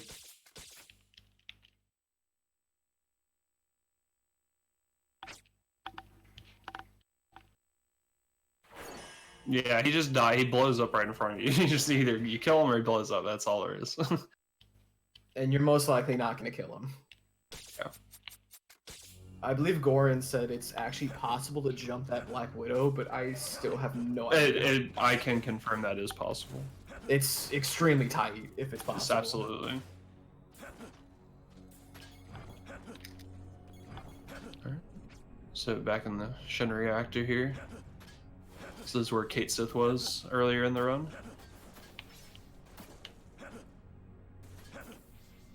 Yes, I believe the third stage here for Gatsu. Safety shop here.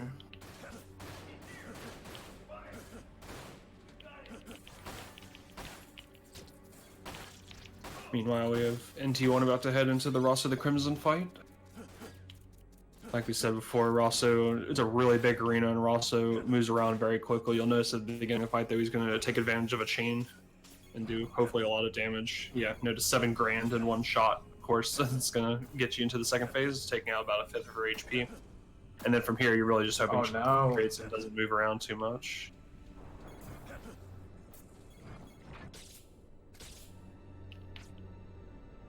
Game does not like me today.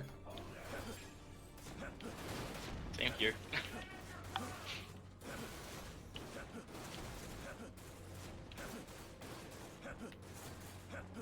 And I think we're about to get to really the only spot in the game you can commonly soft lock, and that is you're shooting 2 enemies that are in a room, and one of them drops a key card, but that key card can actually fall out of bounds, and that is then a soft lock. There's nothing you can do but reload the game.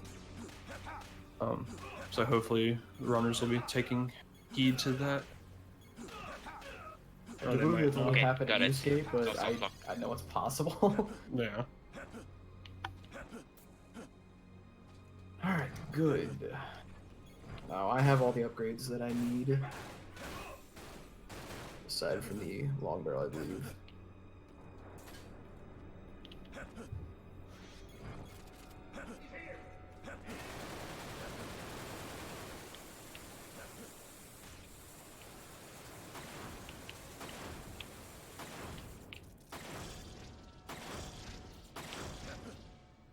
Whoa, I got 5k kill drop, but at this point it doesn't really matter.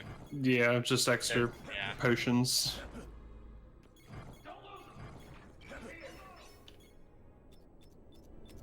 But I think it's the first time that I ever had a 5k kill drop. Well, Yeah, Yeah. it's another rare guild drop.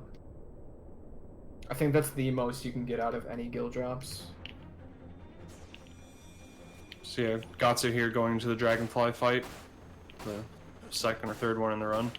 Similar to the one in the chapter 1, you're just really just trying to hit its weak point the whole time. He's gonna be flying around this dome area, so you really only get shots at him when he's close to you. So you're really going for, I think it's probably like a 2 cycle. Plus, I think he can not cooperate and just fly away. Meanwhile, you have an enemy in the bottom trying to shock you, so you can get stunned like that and lose an opportunity. That's a very, very, very clean fight for Gatsu there. yeah.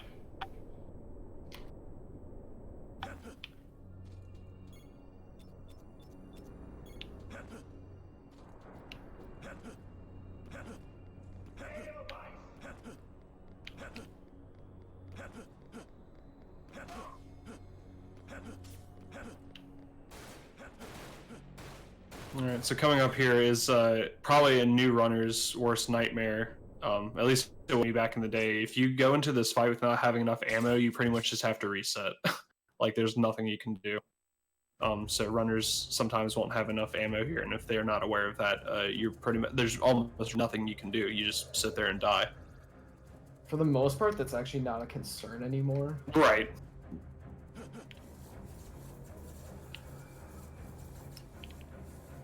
And then Arachnero, I'm not even going to try to explain this fight because I still don't know how it works to this day. You shoot the things flying around and you hope his barrier falls down, and that's all I know, really. I mean, maybe the runners know more, but I'm pretty sure that's all we ever figured out about this fight. It's pretty unexplained. I mean, that fight can pretty troll you. Yeah, absolutely. Because sometimes, like, Arachnero just gets down after, like, half of HP, and sometimes it's just slower, so you have to deal more damage. Right. So the thing about Arachnero is that the bubble things flying around, I believe, are his shield, but it's RNG whether they open up. And then killing Arachnero himself, it's RNG whether you stop the fight at half HP or a third HP. I still have no idea how it happens. Yeah, probably one of the most inconsistent parts of the run. So you can see I got a really good twin Black Widows because I just untransformed on the bridge. Yeah, no, that was quite good. I was going to mention that. Which, again, back to the golden times of 4 years ago, it was a really good fight if you untransform right as the elevator door opened when you hit the top. Yeah. So you can see how much time we're actually saving with all these new routes and strategies. Alright, so for Gatsu here, he's going into the second part, Gorgon Nero, and it's really just making sure you get your headshots, and you get very little time to do it, mainly because he can just spawn at any point in the map, and you have to be able to get there, get your cursor in line, and have his head hit, and hit him in time. So concept is easy, but execution can be kind of hard, but as you saw there, he got a two-shot fight, no problem. I believe there are 6 or 7 places that Gorog Nero can put himself at. Right. Yeah. And the worst spot that can be is obviously next to the Vincent. Yeah. Getting next to Vincent is extremely tricky because the long barrel, the scope, puts the game, like, you go pretty far, so it's pretty easy to completely miss your mark.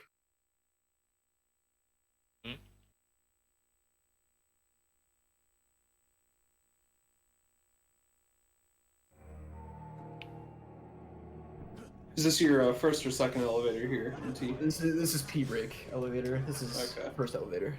All right. So yeah, got Gatsu going into Vice here, and oh my gosh, he died. Oh no, the run is over. Ah, no! This is where Team Mog makes its comeback. Yeah, looks like Team Mog's gonna come back here. But unfortunately, that's a 4-star. Yeah, that's just not true. It's nice living that reality for a few seconds, but as I mentioned in chat before I started my run, the story is Hojo comes back as Vice, and he goes, haha, I'm more powerful than you, and he kills you, and you go, oh no, just kidding, I'm Chaos, so... And yeah, I guess just to go ahead and say here, yeah, so now this is the actual Vice fight. The beginning is scripted, it doesn't end until you die, so you just die as quick as possible. And now here you'll notice that he started off the fight using Limit Breaker, but you'll notice he doesn't actually switch into his beast form. I don't remember the reason, but in this fight you don't get to use Limit Breaker as a beast form. Instead, you just get to shoot much quicker and much harder, which would be great if you could just do that in general, but that's not the case. But you can see that at the beginning he got quite a bit of chain damage. That was an excellent fight. Like, that was great. Yeah, but then he went to the pipe, so... Yeah, he goes into like an invincible state for like 10 seconds, and it's fairly random to how much he does that, but the beginning of the fight was so good. Once he came out, he just got it quick. Yeah. Great fight. Yeah, if you could just not use Galleon Beast and do that limit, this game would be much easier in certain places. Yeah. It's a shame that let you. And now Gosu's going into the best part of the game. Yes. Yeah.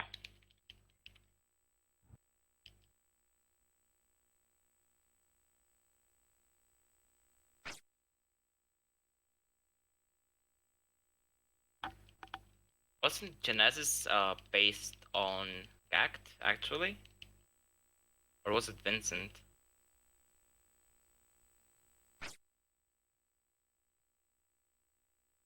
Oh, this is awkward. Yeah. Please?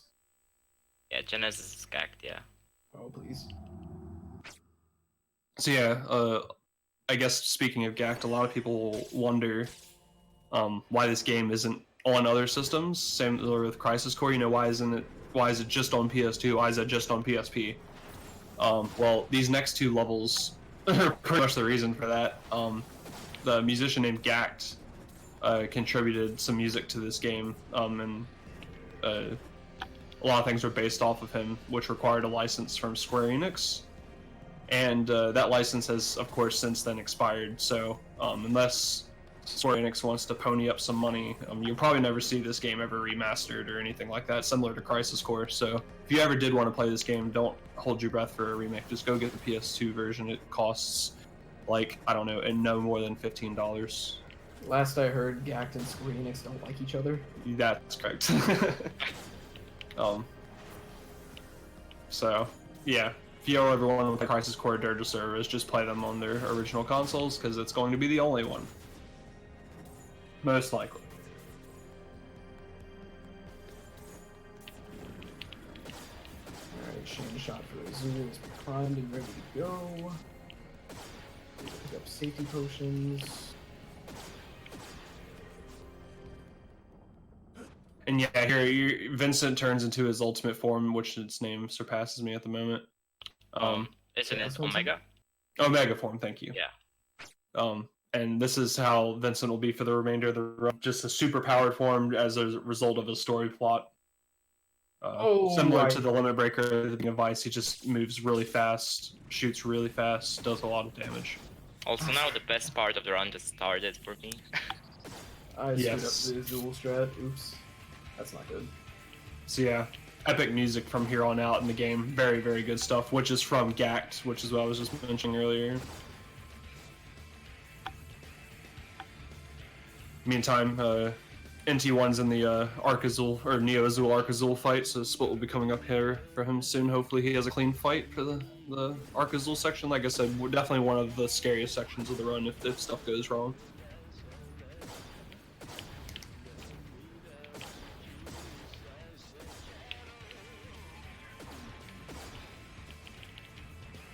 So NT1 here going immediately into Limit Breaker, I guess because Arc Azul didn't immediately lunge at him, but generally you want to use the iframes from going into Limit Breaker to not have to take damage or be stunned from his initial attack. Oh wow. And yeah, it looks like he's getting hit a lot, and this is the issue you run into with this fight. He just starts wailing on you, there's nothing much you can do, and if you get out of Limit Breaker, then it can be scary. You can see he died there. It's not a clean. Didn't expect that to kill me. Yeah. Luckily getting through the fight though without losing Limit Breaker, which at the end of the day is the better outcome. He'll be able to rebuy a Phoenix down no problem. I already had one on inventory. Very good. And you can see now you're still using dash jumping when you're in Vincent's Omega form, but it looks way cooler. Like, I wish you could do that throughout the entire run. And of course, faster than normal Vincent's dash jumping. You actually don't want to dash jump as Chaos Vincent. It's slower. Yeah. Oh, you're just dashing, sorry. Yeah. Just dashing. You're jumping in the air, you know. Also, the run will be finished in like 2 minutes or something like that. Yeah, coming up on the final section here. It's a 2-part section, I think, 2 or 3 parts. And we are coming up on the most... Crystal. Yeah, Crystal Feelers. They are the most unforgiving random aspect of the run. And it'll pretty much explain itself. To be honest, I don't have the sound of the game, so that's gonna be an issue. But... Right, so pretty much there's, correct me if I'm wrong, 6, maybe 8 Crystal Feelers in this arena here. There's 6. I think it's 8. Yeah, you're 6. It's 6. Okay. And one at a time, these Crystal Feelers open up, and only when they open up can you defeat them. And you can't shoot them. You have to. Right, you have to melee them, otherwise you could just shoot them all the way around. But you can see, like, for example, he hit a Crystal Feeler, and then the one all the way on the opposite end of the map showed up. So if he didn't have perfect movement going from one end of the arena to the other there, the Crystal Feeler would have closed, and that's just pure time loss. He just lost time, and not really much he could do about it. So now you can see he has 1 Crystal Feeler left, and it just won't open, because it still goes on the cycle of which Crystal Feeler is going to open. So all he can do here is just wait until it opens, and this has killed world record runs than probably any other thing for world record attempts in this game. Hey, that's the actually worst I ever had. Yeah, I mean, yeah, it took at least like 30 seconds to open. The 30 seconds of pure time loss compared to a good fight, so... One of the most frustrating parts for top level runners, or any runner really. Otherwise though, final boss here for Gatsu, the Mega Cocoon. or Omega Cocoon's like the first phase of the fight. You're just blasting it away. And that's what you're going to be doing here for the final part as well. There's just things to be aware of.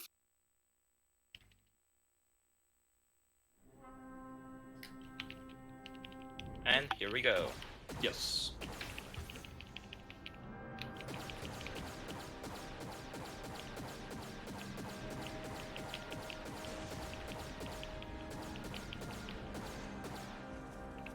Alright, so Zero Scar, if you're listening, you have about a 2-minute warning here.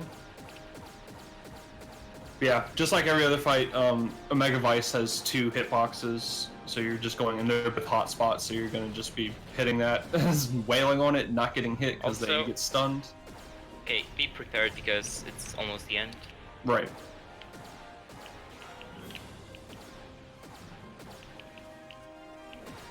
Can it be? 141? Sub 141? Okay, go. Very good. Yeah. Absolutely. Sub 141. Yeah, that's an excellent time for a marathon for this game. Very congrats to Gatsu there. Thanks. Very, very, very good showing today. Thanks. And yeah, now coming up we have Zero Scar. We commentated the last run. Now be doing the run for Team Choco here in Final Fantasy 12 1, 2, 2, 3, 3. Yeah, I guess if the FF12 crew, we can be switching back and forth here. You can go ahead and start introducing the run. Also, yeah, good luck, Zero. Thank you. Yeah, I'm Zero. I commentated the 13-2 run, and now I'm running 12 for Team Choco. Team Choco wins. Team Choco wins. Yeah, what? Not yet. And I'm Rusta. I'm the runner for Team Mog in this run. And we have 2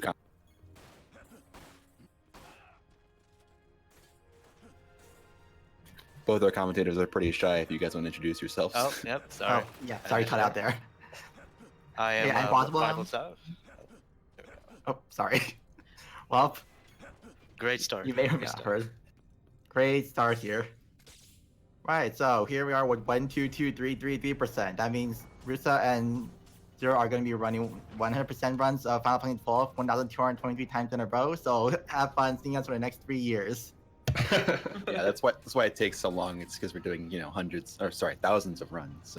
Oh no, that'll be in the next relay. It'll be fine. Yeah. And 5. I think maybe the organizers were confused. I put 9 years for the estimate, and they thought it was 9 hours. But we'll be. All right, so for a serious explanation of what 122,333% is, this is the low-level challenge for Final Fantasy 12. The only rule is that you have to finish the game with level 1 Bond, level 2 Fran and Bosch, Fran and Balthier, level 3 Bosch, Ash, and Pinello. So 1, 2, 2, 3, 3, 3.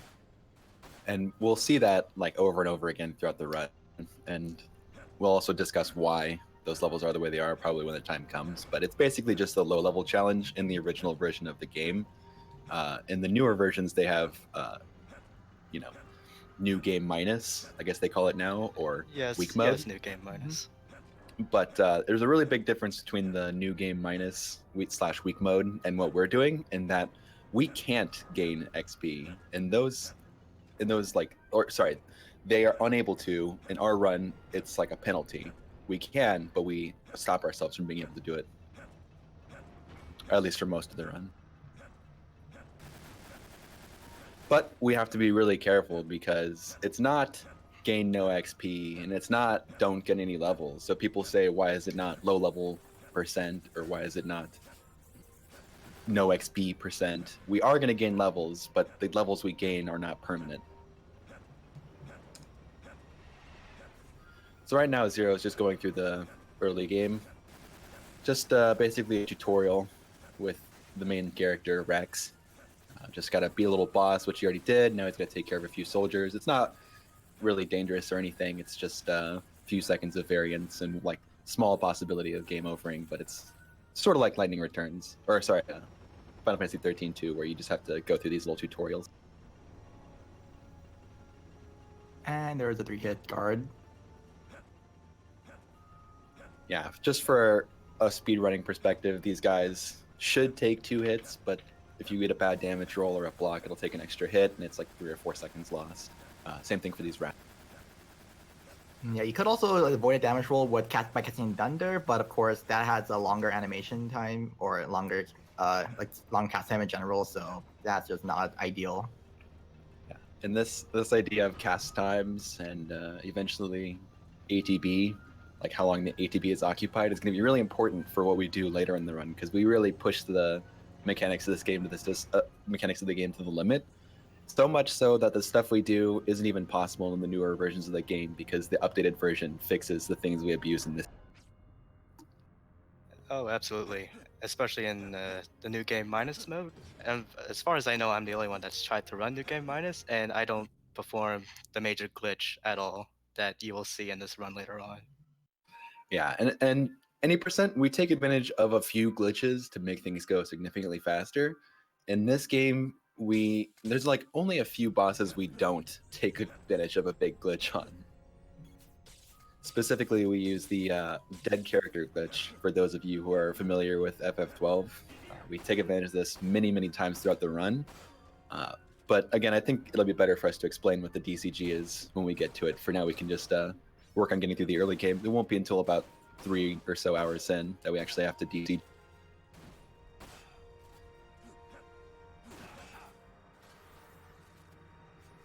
But yeah, we're just running through Rabanastre right now. There's a bunch of plot things going on, but we don't really care about that. We're just going point A to point B over and over. So this run is pretty interesting. And FF12 any percent is itself pretty interesting. The whole speedrun is really cool because it relies on, or the routing of the speedrun relies on keeping track of various resources, specifically experience, license points, and you have to, and gil. And so you have to route your speedrun so that you get, enough of these things to get what you need to beat the bosses throughout the run. And the speedrun comes down to how do you get the LP, gil, and experience that you need as fast as possible. And so in 1, 2, 2, 3, 3%, we can't get too much experience or else any of our characters will level up. And so we have to find ways to get LP and gil throughout the run without, with this really big limitation on us. And having our characters at low level means it's harder to beat bosses. So it's really difficult.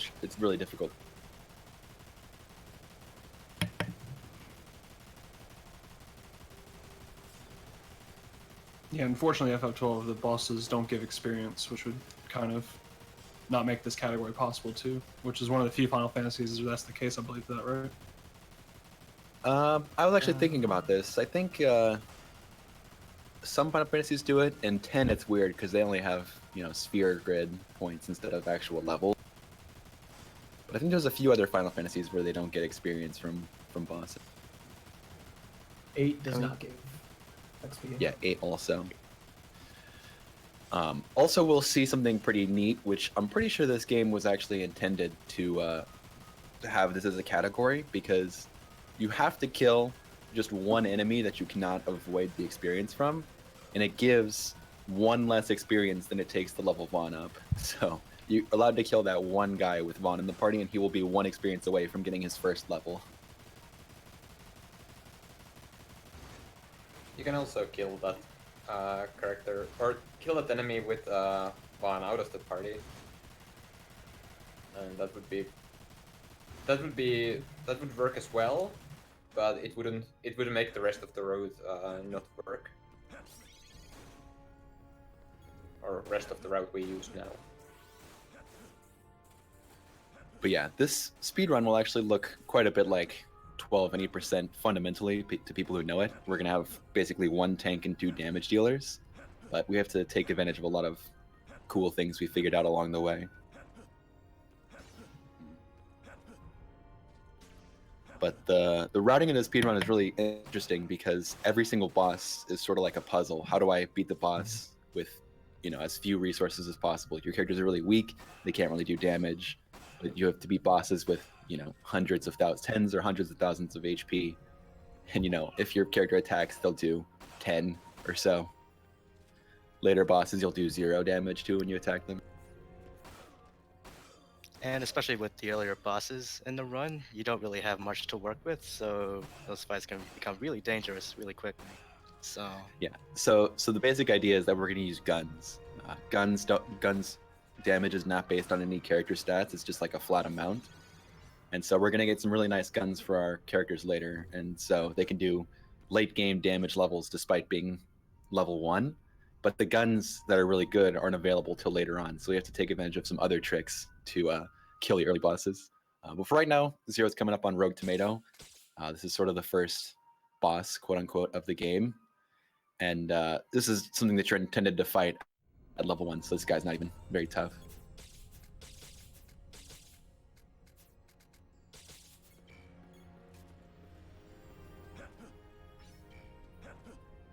Amusingly, this Rogue Tomato may have cost more runs than any other boss, just because it's the first one and people were trying to go fast and like, oh, you know, if I die, it's fine. Sometimes he's known by the name Judge Tomato instead of Rogue Tomato.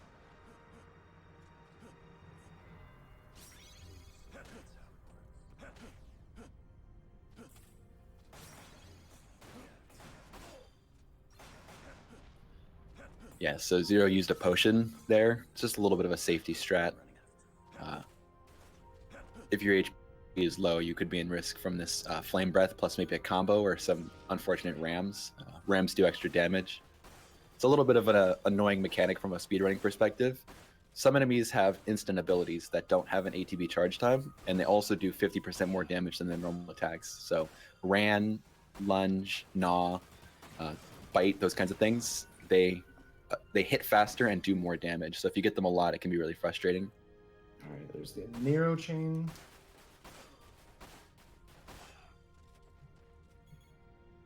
Yeah, and T1 they're managing to keep his chain to be able to eliminate all enemies quickly, which is kind of tight for that part.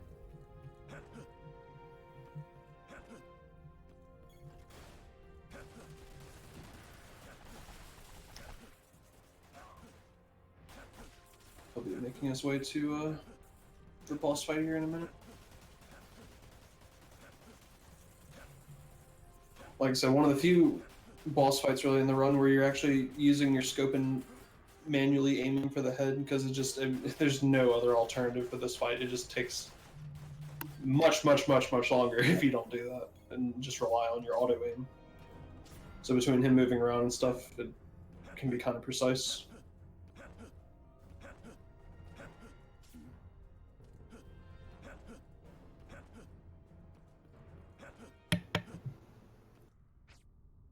All right, here on Zero's side, on Team Choco side, Zero's about to go into Low Town, and essentially it's just going to continue on being very similar to any percent. Or, oh no, actually, never mind. He's going all the way. he's going back to the Sansi to start a hunt. Ah, okay, Second so hunt, I was completely next wrong on era. that. Yeah, I don't know anything about one. What is going on here? It's some very subtle differences, like in any percent we farm jellies. We are not going to be able to farm jellies because they give tons of experience. Killing one jelly would level up any character in our party. So we can't farm jellies, and jellies conveniently give us teleport stones, which let us get around the map very quickly. And they're actually one of the only ways to get teleport stones in the early game. And so the other way is to do some hunts. And so these hunts are going to give us teleport stones, as well as a few warp motes that we'll use to take care of some enemies that would also level up our characters. So it's just like a little thing. We added in an extra hunt. Gives us a few teleport stones, a few extra gil that will be good for the Dustia farming we're doing shortly. It's just a nice... Yeah, NT1 having a bit of an issue there with the headshots. Just goes back to the conversation we were having earlier, where like I can probably safely assume that if anyone using keyboard and mouse there you're gonna barely have any issues, just because the level of precision is so much higher. But for us using controller, it just, you're really at the mercy of like the controller sensitivity. I hate to say this the second time, but I've never seen him go behind that rock before with his clone. Yeah. So that's a new one to me. Normally Nero's pretty cooperative. So Zero just got a nice little roll right there. There's a chest in Lowtown that can have a Phoenix down. It's a like what 10% for the chest to appear and have a Phoenix Stone, I think 20%. or maybe I think it might be 12.5. And it's just a nice thing to get. It helps the Dustia out a little bit. We're going to be using these Phoenix Downs to farm Dustia shortly, and having one extra will help out. It's not a big deal. It's just a nice little boost. So any percent we normally get around 90 gil. How much gil would you say we need? You need in 1, 2, 2, 3, 3, 3? So as much as you can. yeah, as much as you can In get. fact, We need at least 50,000 gil from Dustia 1, and then we're gonna get the rest of it from chests and selling things. And there will be a slight difference from the 80% route coming up in the next Yes. area, and pertains to a certain enemy that you will be stealing from. Some people who have played this game casually may be familiar with this enemy that we are about to steal from. Most of the enemies in this area are really low level. There's this one or two guys over here in this zone called werewolves, and they are significantly stronger than anyone else and will one-shot the characters in your party. But they, because they're so much stronger, have nice steals and drops. We can't kill them, but we can steal from them really quickly before running away. And they can give us a quality hide, which is like 384 gil, I think, and it's really nice to have.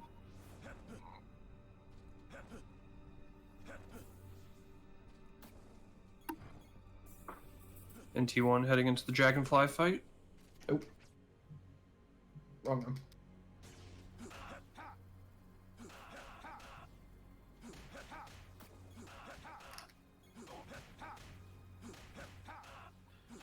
So right now we're doing a little quest. It's just a story thing before we can move in and go into the palace. We have to go around and activate some sunstones, or by helping out this nomad kid, Jin, and Pinello joins the party. And this is really important for us because we are going to use Pinello for something, actually for a while now. So Pinello, she's a party member now. Although she's not quite a party member in the sense that people will be in the party later. She's joining the party now at Vaughn's level +1, so level 2. And when she leaves the party, she'll come back again with a level that's set. So if she gains any experience now, it just goes away. Nah, this is a Dragonfly fight.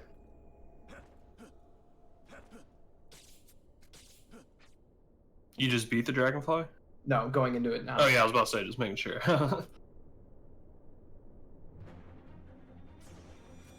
Yeah, so like I said before, just like the one in Chapter 1, you're just going for its weak point on the top of the plane, while hopefully not getting hit by the enemy or two that are around, and hopefully not having the Dragonfly fly to the back. Oh, come on. It's already gotten hit once by an enemy so far. And This game really does not like me today. yeah. The theme, I think, for the 2 runs I've commentated for Team Mog this weekend, sadly. I'm telling y'all though, don't be sleeping on 1, 2, 2, 3, 3, 3. It is the true equalizer. You can go either way. Yes.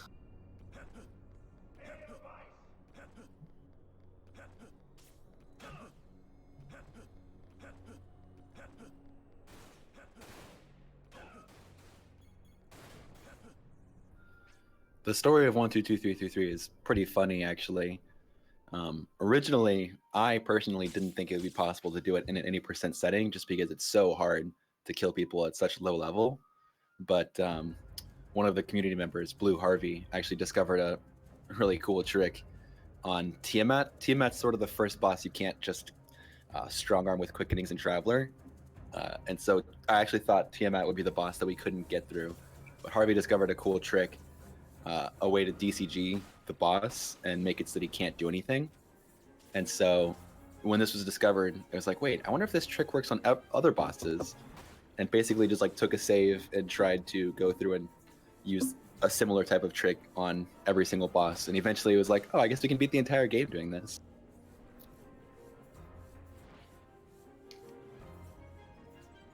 Alright, so these are the sunstones that Zero has to go and collect. Each So one that's has the- actually RNG as well. Shade stone. Yeah, he touches shade stone to fill up. to get a sunstone later. But each stone here can give anywhere from 25% to 55% charge. So 52% here is actually a really good number. Essentially, just getting it within 2 is actually good RNG. Well, any percentages. I'm not sure if that's still true for 1, 2, 2, 3, 3, 3. Yeah, that's good.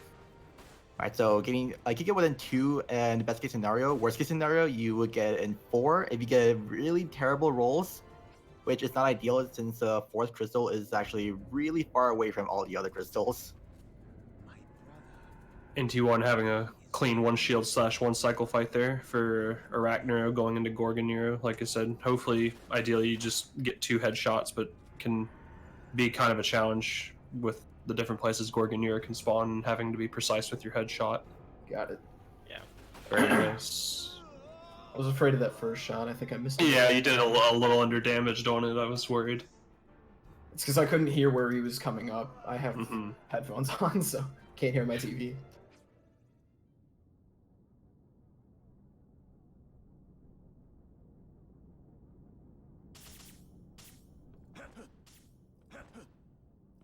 And then NT1 will be hitting into the Vice fight.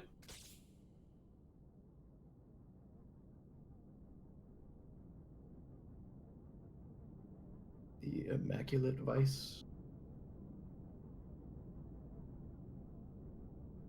And thankfully, I do have all upgrades, so this should be pretty good. Yep. Like I said before, starting off by just dying immediately because that's how you progress to the next part of the fight, and then just immediately using a limit breaker, which before was bringing you into beast form, but now just allows you to shoot incredibly quickly and with higher damage and faster movement. I'm not sure if Gosu had all barrel upgrades, but if you don't, Yeah, I there's did. actually a little trick you can do to shoot faster in this limit break form. It's very weird, but as you know, since I'm doing my run, I'm not sure if Gosu is doing this, but you can run in a circle, and that helps Yeah, you that's what I somehow did. just, Yeah. it just somehow makes you shoot faster. No Yeah. idea how, Yeah, exactly. but it helps you keep your chain here. Yeah, I think the way I did it back in the day is it does it based on when the game recognizes that you're strafing. So if you just move from left to right, like NT1 is right now, you can get that fast shooting. Perfect Vice fight. Really good Vice fight. Wow, yeah, man, Yeah. no invincibility period or anything. That was perfect. That is It's quite pretty rare fun. for that fight. Yeah, Yeah. I did some labbing against Empowered Vice. yeah. I hate that guy.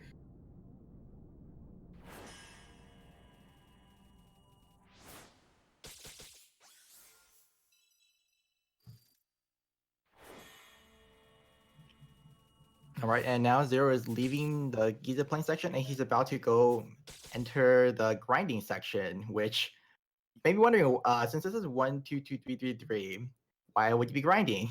Well, we'll be finding out fairly soon. So,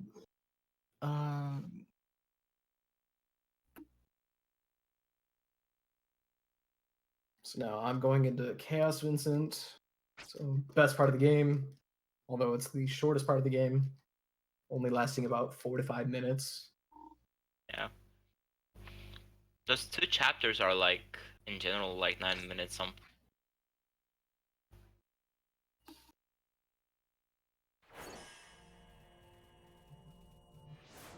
So again, to reiterate, through the entirety of the game, we were slide dashing with regular Vincent, but as Chaos Vincent, you don't want to do that because canceling the dash is actually a lot slower than just completing the dash. Yeah, you don't have the cooldown Yeah. time with Omega Vincent's dash, so that's like I said, the main reason we jump with regular Vincent is because there's that cooldown after a dash, but with Omega Vincent, there's no cooldown, so you can just dash as much as you'd like. And a really neat thing about Chaos Vincent is you can actually cancel your dashes immediately with shots. Yeah. That's a cool thing. So you'll see me do that a lot during this stage.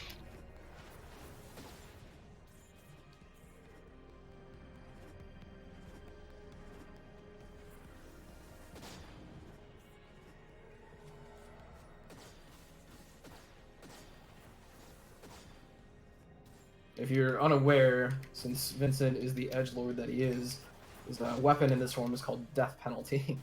Yeah.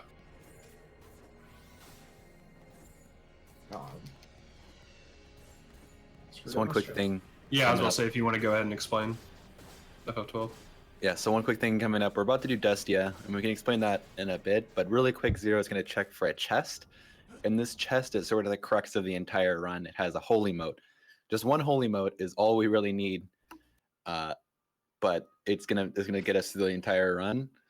So it looks like the chest did not even spawn. So we're gonna come back here later, and it is sort of the biggest point of RNG in the whole run is how long it takes you to get that chest. But we'll see. We'll see that again later. But the holy mode is going to sort of power the entire TCG throughout the run. And you actually use it as an item too later in the run, I believe. Yeah. Actually, I don't think we ever actually use it. Yeah, I thought I saw Zero using it on Hashmal. Oh, like we begin using it. We don't ever finish using it. Oh, I thought, yeah, okay. Yeah, we use it on like half the bosses, probably.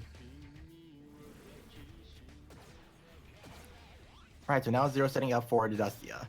The Dustia is a rare spawn in this game, and the condition for spawning it is to have at least one party member in critical no less than 10% HP, which is even less than the critical threshold.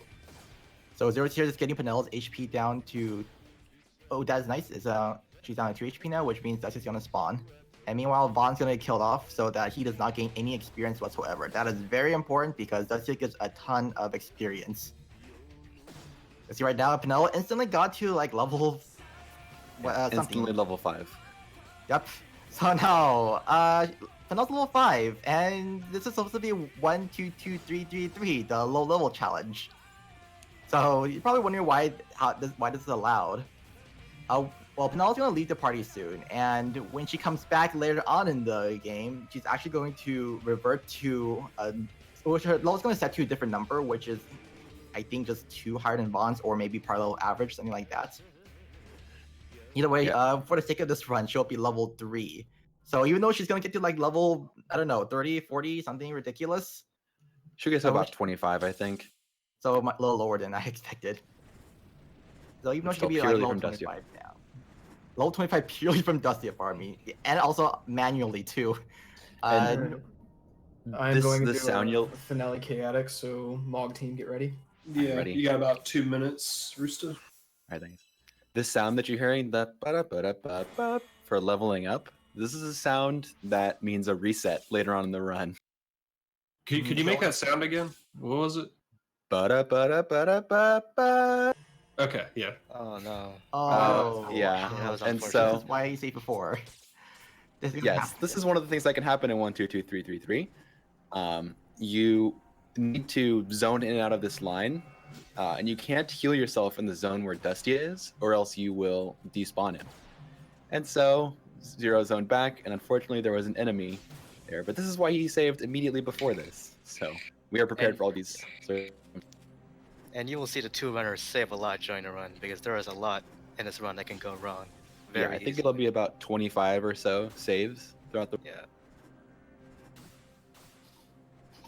Just to re-explain this phase, Crystal Feelers are completely RNG and they have to be meleeed.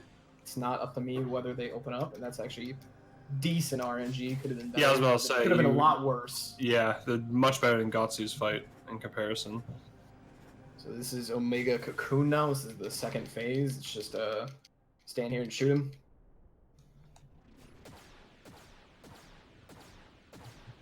So Zero actually had a choice here. He could have healed in Dustia's zone, and then he would have had to respawn Dustia, which involves running all the way to Giza. You can't run back to Rabanaster to respawn him because then you lose your chain, and so you have to run to a different area of the game, like a different location on the main world map, which is several zones away. So it was either about that, probably lose 3 minutes, or just take his chances against the Earthstrix. He took his chances and didn't quite live, unfortunately. All right, again, Mog team, get ready on final boss. Yep, Just probably thinking. about 1 minute.